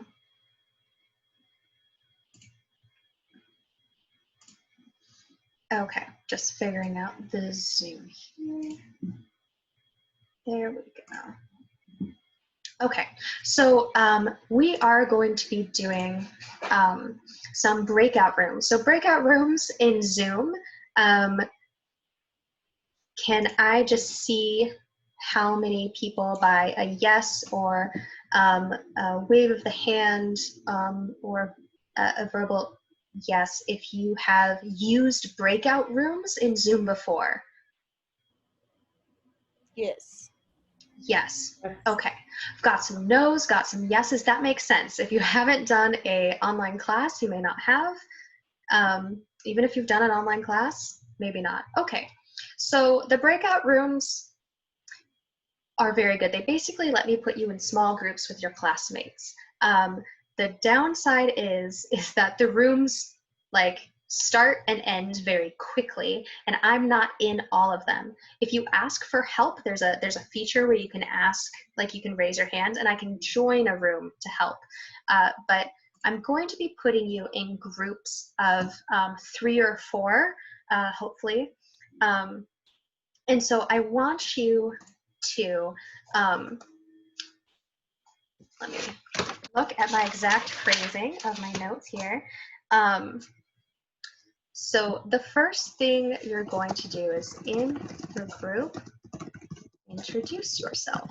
Remember that some people may not want to use their camera or microphone, but if you're comfortable with that, I encourage it. It's kind of fun to put a name and a voice together, or a name, face, and voice together. But introduce yourself to your group, you know, yay. Once you introduce, you'll need to decide who has what role. And the roles are as follows here. You will need to have a group leader who keeps people on task, a timekeeper, keeps people on schedule, and group speaker or sharer shares answers with rest of class and or me, right? So if you end up having 4 people in your group, someone may not have a specific role, and so then group leader, just make sure that their ideas are being heard, all right? So you get to decide who has what role in your group, and yay, that's gonna be good. And then, so there's that instructions, and then you're going to answer say question.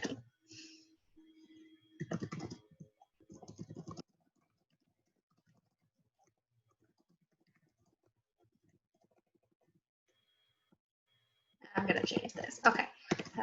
Writing for to learn this semester. So this, what specific things about writing or grammar do you want to learn this semester? This includes if you know, say, like, ooh, I never use commas because I'm not sure how to use them.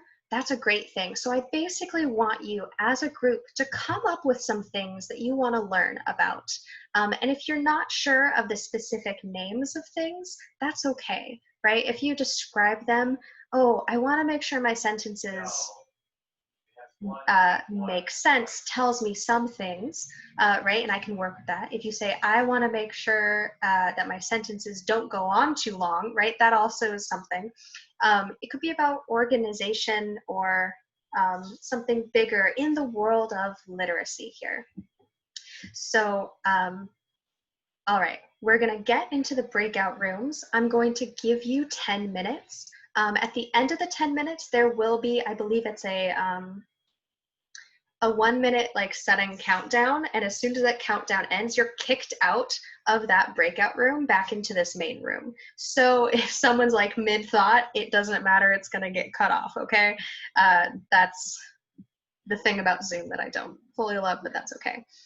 Okay, so I'm gonna, what I'd ask you to do right now is once I put you into the breakout rooms, you will not be able to see my screen. So right now, either take a screenshot or take a picture of this with your phone, or copy, or I can also put this in the chat, but I believe once it's in the chat, you also can't see the chat once you're in breakout rooms. So that's not what I intended. So right now, take a picture of it, and we're gonna, then I'm going to put you into breakout rooms. Let's get this set.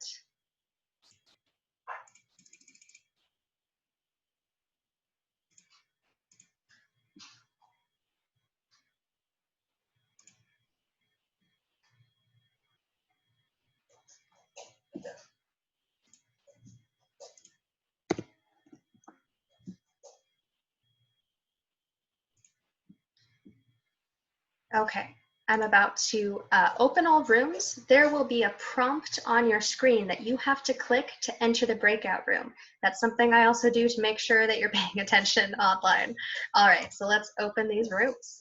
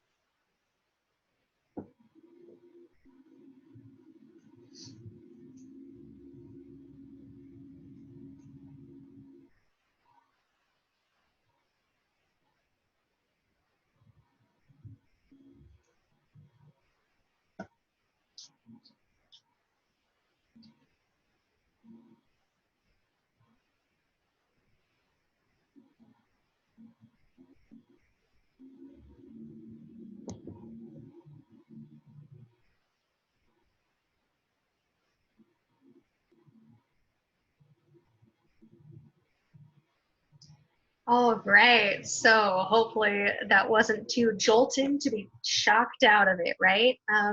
So I would love to hear from each group. Let's start out with breakout room 1, Ashley, Gustavo, Maribel, and Ruby.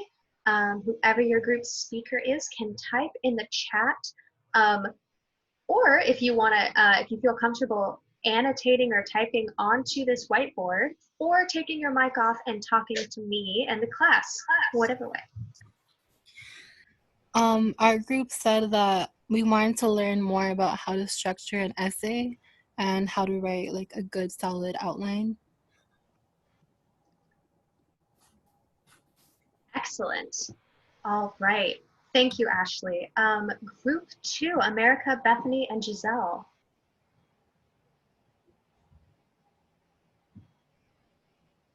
I see Bethany in the chat here.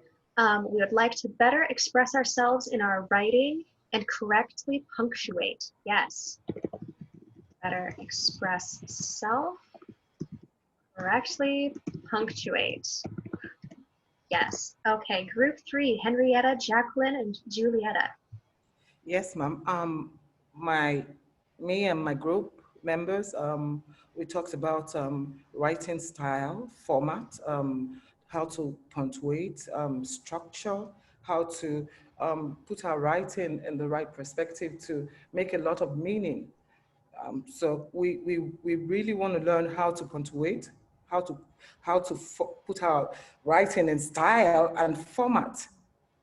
Yes, excellent. I love that specific mentioning that put writing in the right perspective so it has meaning. Yeah, there we want the things we say and write to have meaning, and there are stylistic things and choices that you can make, even with punctuation, to help make that meaning come across. Excellent. All right, thank you, Henrietta. Breakout room 4, Esmeralda, Josefina, Josie, and Lydia.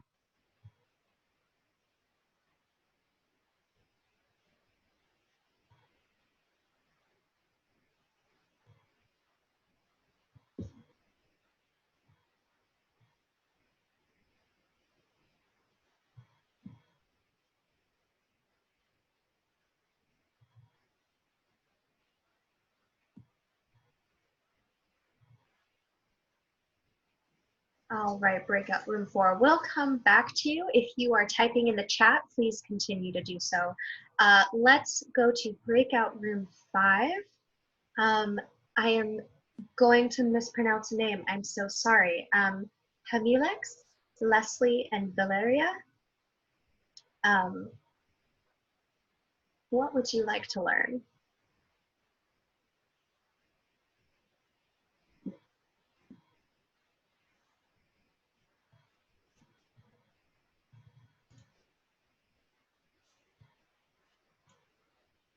All right. Thank you. Okay, so specifically working, we would like to learn how to place commas, run-on sentences, want to work on those, and grammar in general. Excellent. Those are great specific things. Thank you. Breakout room 5. All right, breakout room 6. Oh, okay, and we have here Josie adding, wanting to learn how to structure an essay. Again, we have that structure and appropriate punctuation, like examples of clauses and phrases. Yeah, learning how to tell clauses and phrases really helps with punctuation. It can be really good. And as Merelda says, we would like to learn how to write a good essay. Yes, excellent. All right, Lydia adds, we would like to learn how to properly use commas, how to format an essay, and make sure our sentences make sense to others.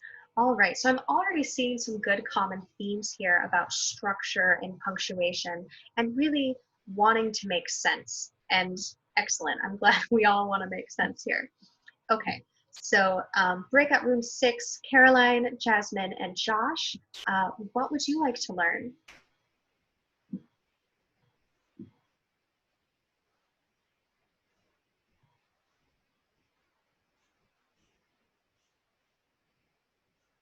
Okay, Josh writes, we would like to learn who created grammar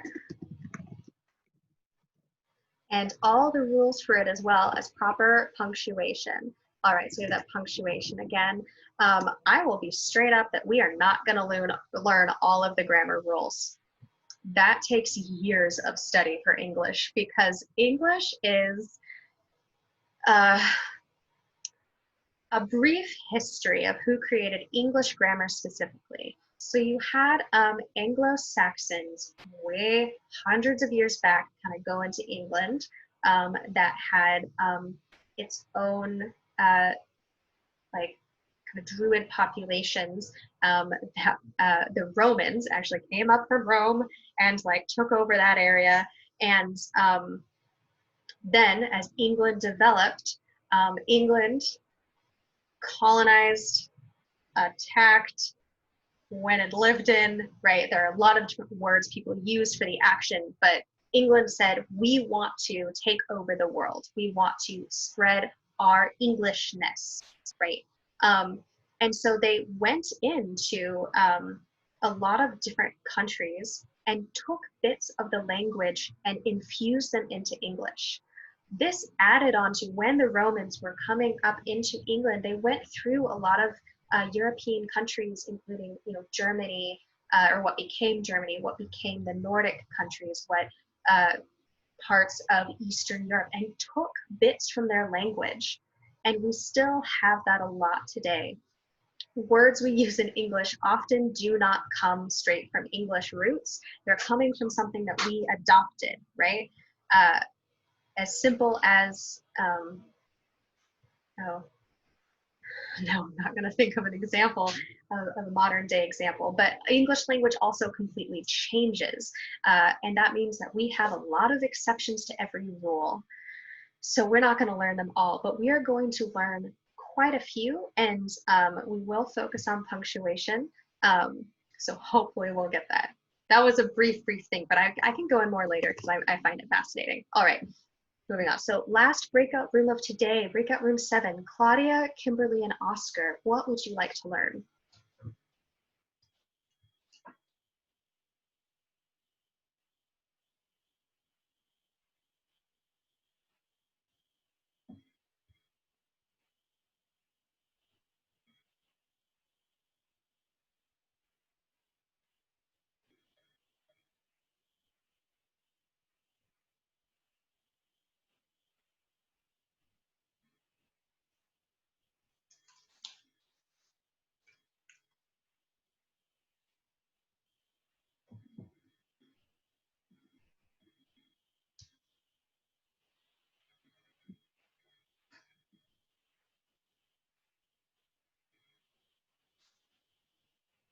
Oh, yes, there, Oscar. Okay, we would like to learn where commas belong and get better at writing. Okay, excellent. So again, yeah, commas are one of those punctuation marks that has multiple different uses and functions, so it can be more confusing, right? Not many people in my teaching have questions about, say, the question mark, right? So a question mark, like this one, oh, I didn't choose the right draw function. Draw a squiggly line. Yeah. Woo. That question mark is one that has one use, right? And it's to show readers that you have written a question. Straightforward. Commas have a lot more uses. So usually when we think of tricky punctuation, more tricky punctuation, comma, so that looks like that. The semicolon, which looks like that. The colon usually means a little love. That looks like two periods stacked on top of each other. And then apostrophes, and they look like that. So for example, the word can't has an apostrophe in it, right? So these are the more tricky parts of punctuation, versus maybe, trying to think of a good word, less tricky punctuation. I don't want to say easy because sometimes punctuation isn't easy, but less tricky would be the question mark,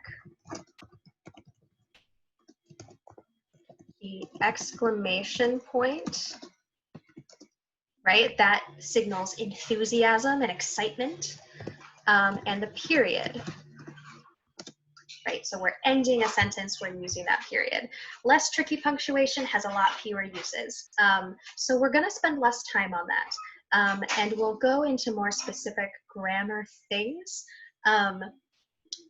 because there are a lot of different words and things we can use to teach grammar.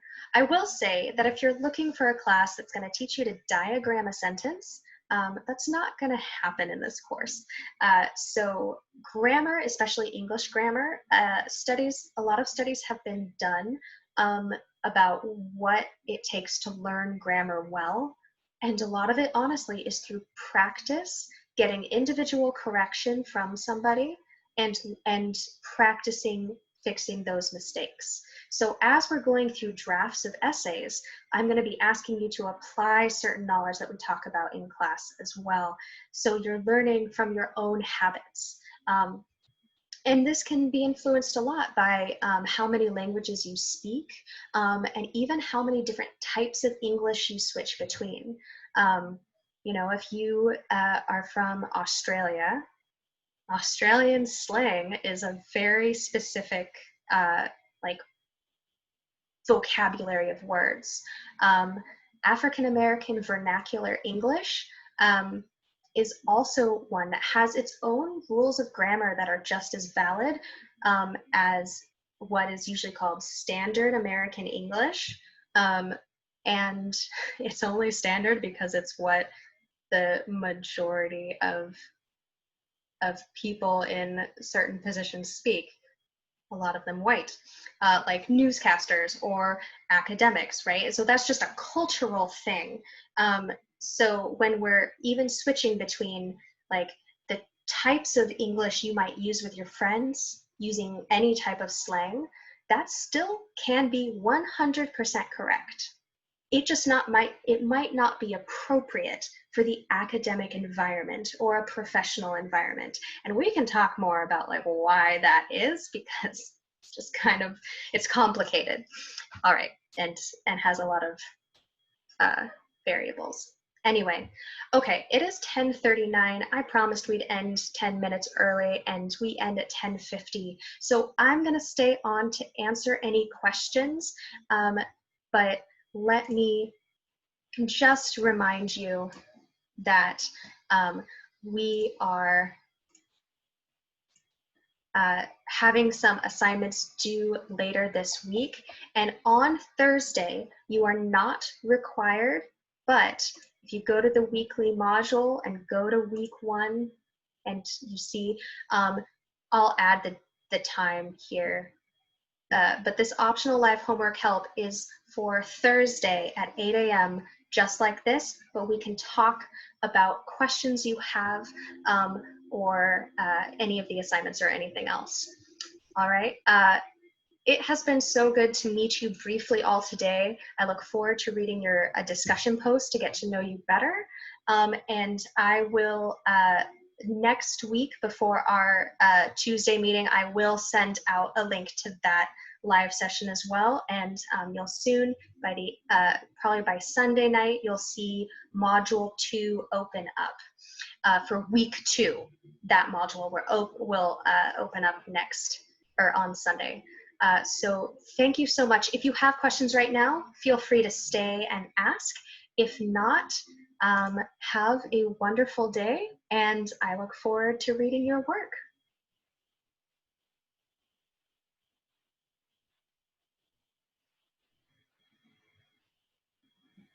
Hi, Ms. Darcy. Bye-bye. Oh, Hi, who's speaking? Jacqueline? yeah. Hi. Hi. So, this would be considered like 2 classes, right? Yes, it is Okay. considered 2 classes. I really teach it kind of joint as if it's 1 class. Yeah. And so whatever grade you end up getting in 101 will also be your grade in 097. I just keep it all in 1 grade book because it's so much easier for me, and 1 Brightspace page because it's easier as well. Yeah, I just wanted to make sure that I was having like 4 classes in order to be considered like a full-time student. Oh, it still is Yeah. counted, yeah. In the Oh. registrar's office, and even like when you look at maybe Navigate, you'll see it as 2 separate courses for you. And it gives you, I think it's a total of 6 credits. It's the credits of 2 courses. So it should count towards that full time. Oh, okay. Thank you so much. You're welcome.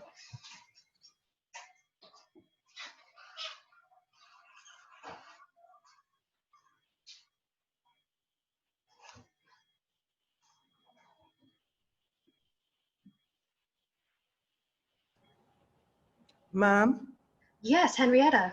I want to ask, can I access the assignment now?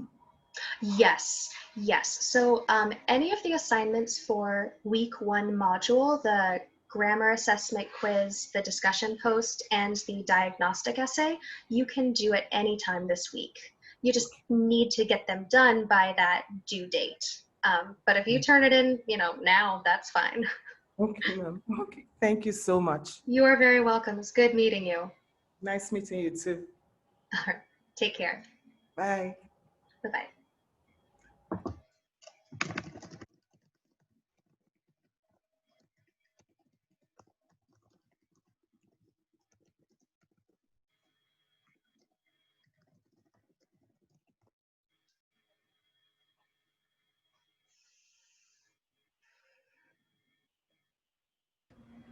Have a nice day, Miss Darcy. I hope Thank you you.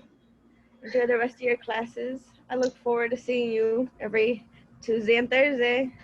That sounds good to me. And it's Julieta Yeah, I'll or take it. Julieta? I want to pronounce it right. It's Julieta, but it's just however you pronounce it. Like All right. I'm used to being able to understand the mispronunciation. It's just the effort that I count. Okay, well, Julieta, I'm going to try to pronounce your name correctly. So I appreciate you telling me at least how it's supposed to sound. Have a lovely day, Miss Darcy. You too, Julieta. Thank you so much.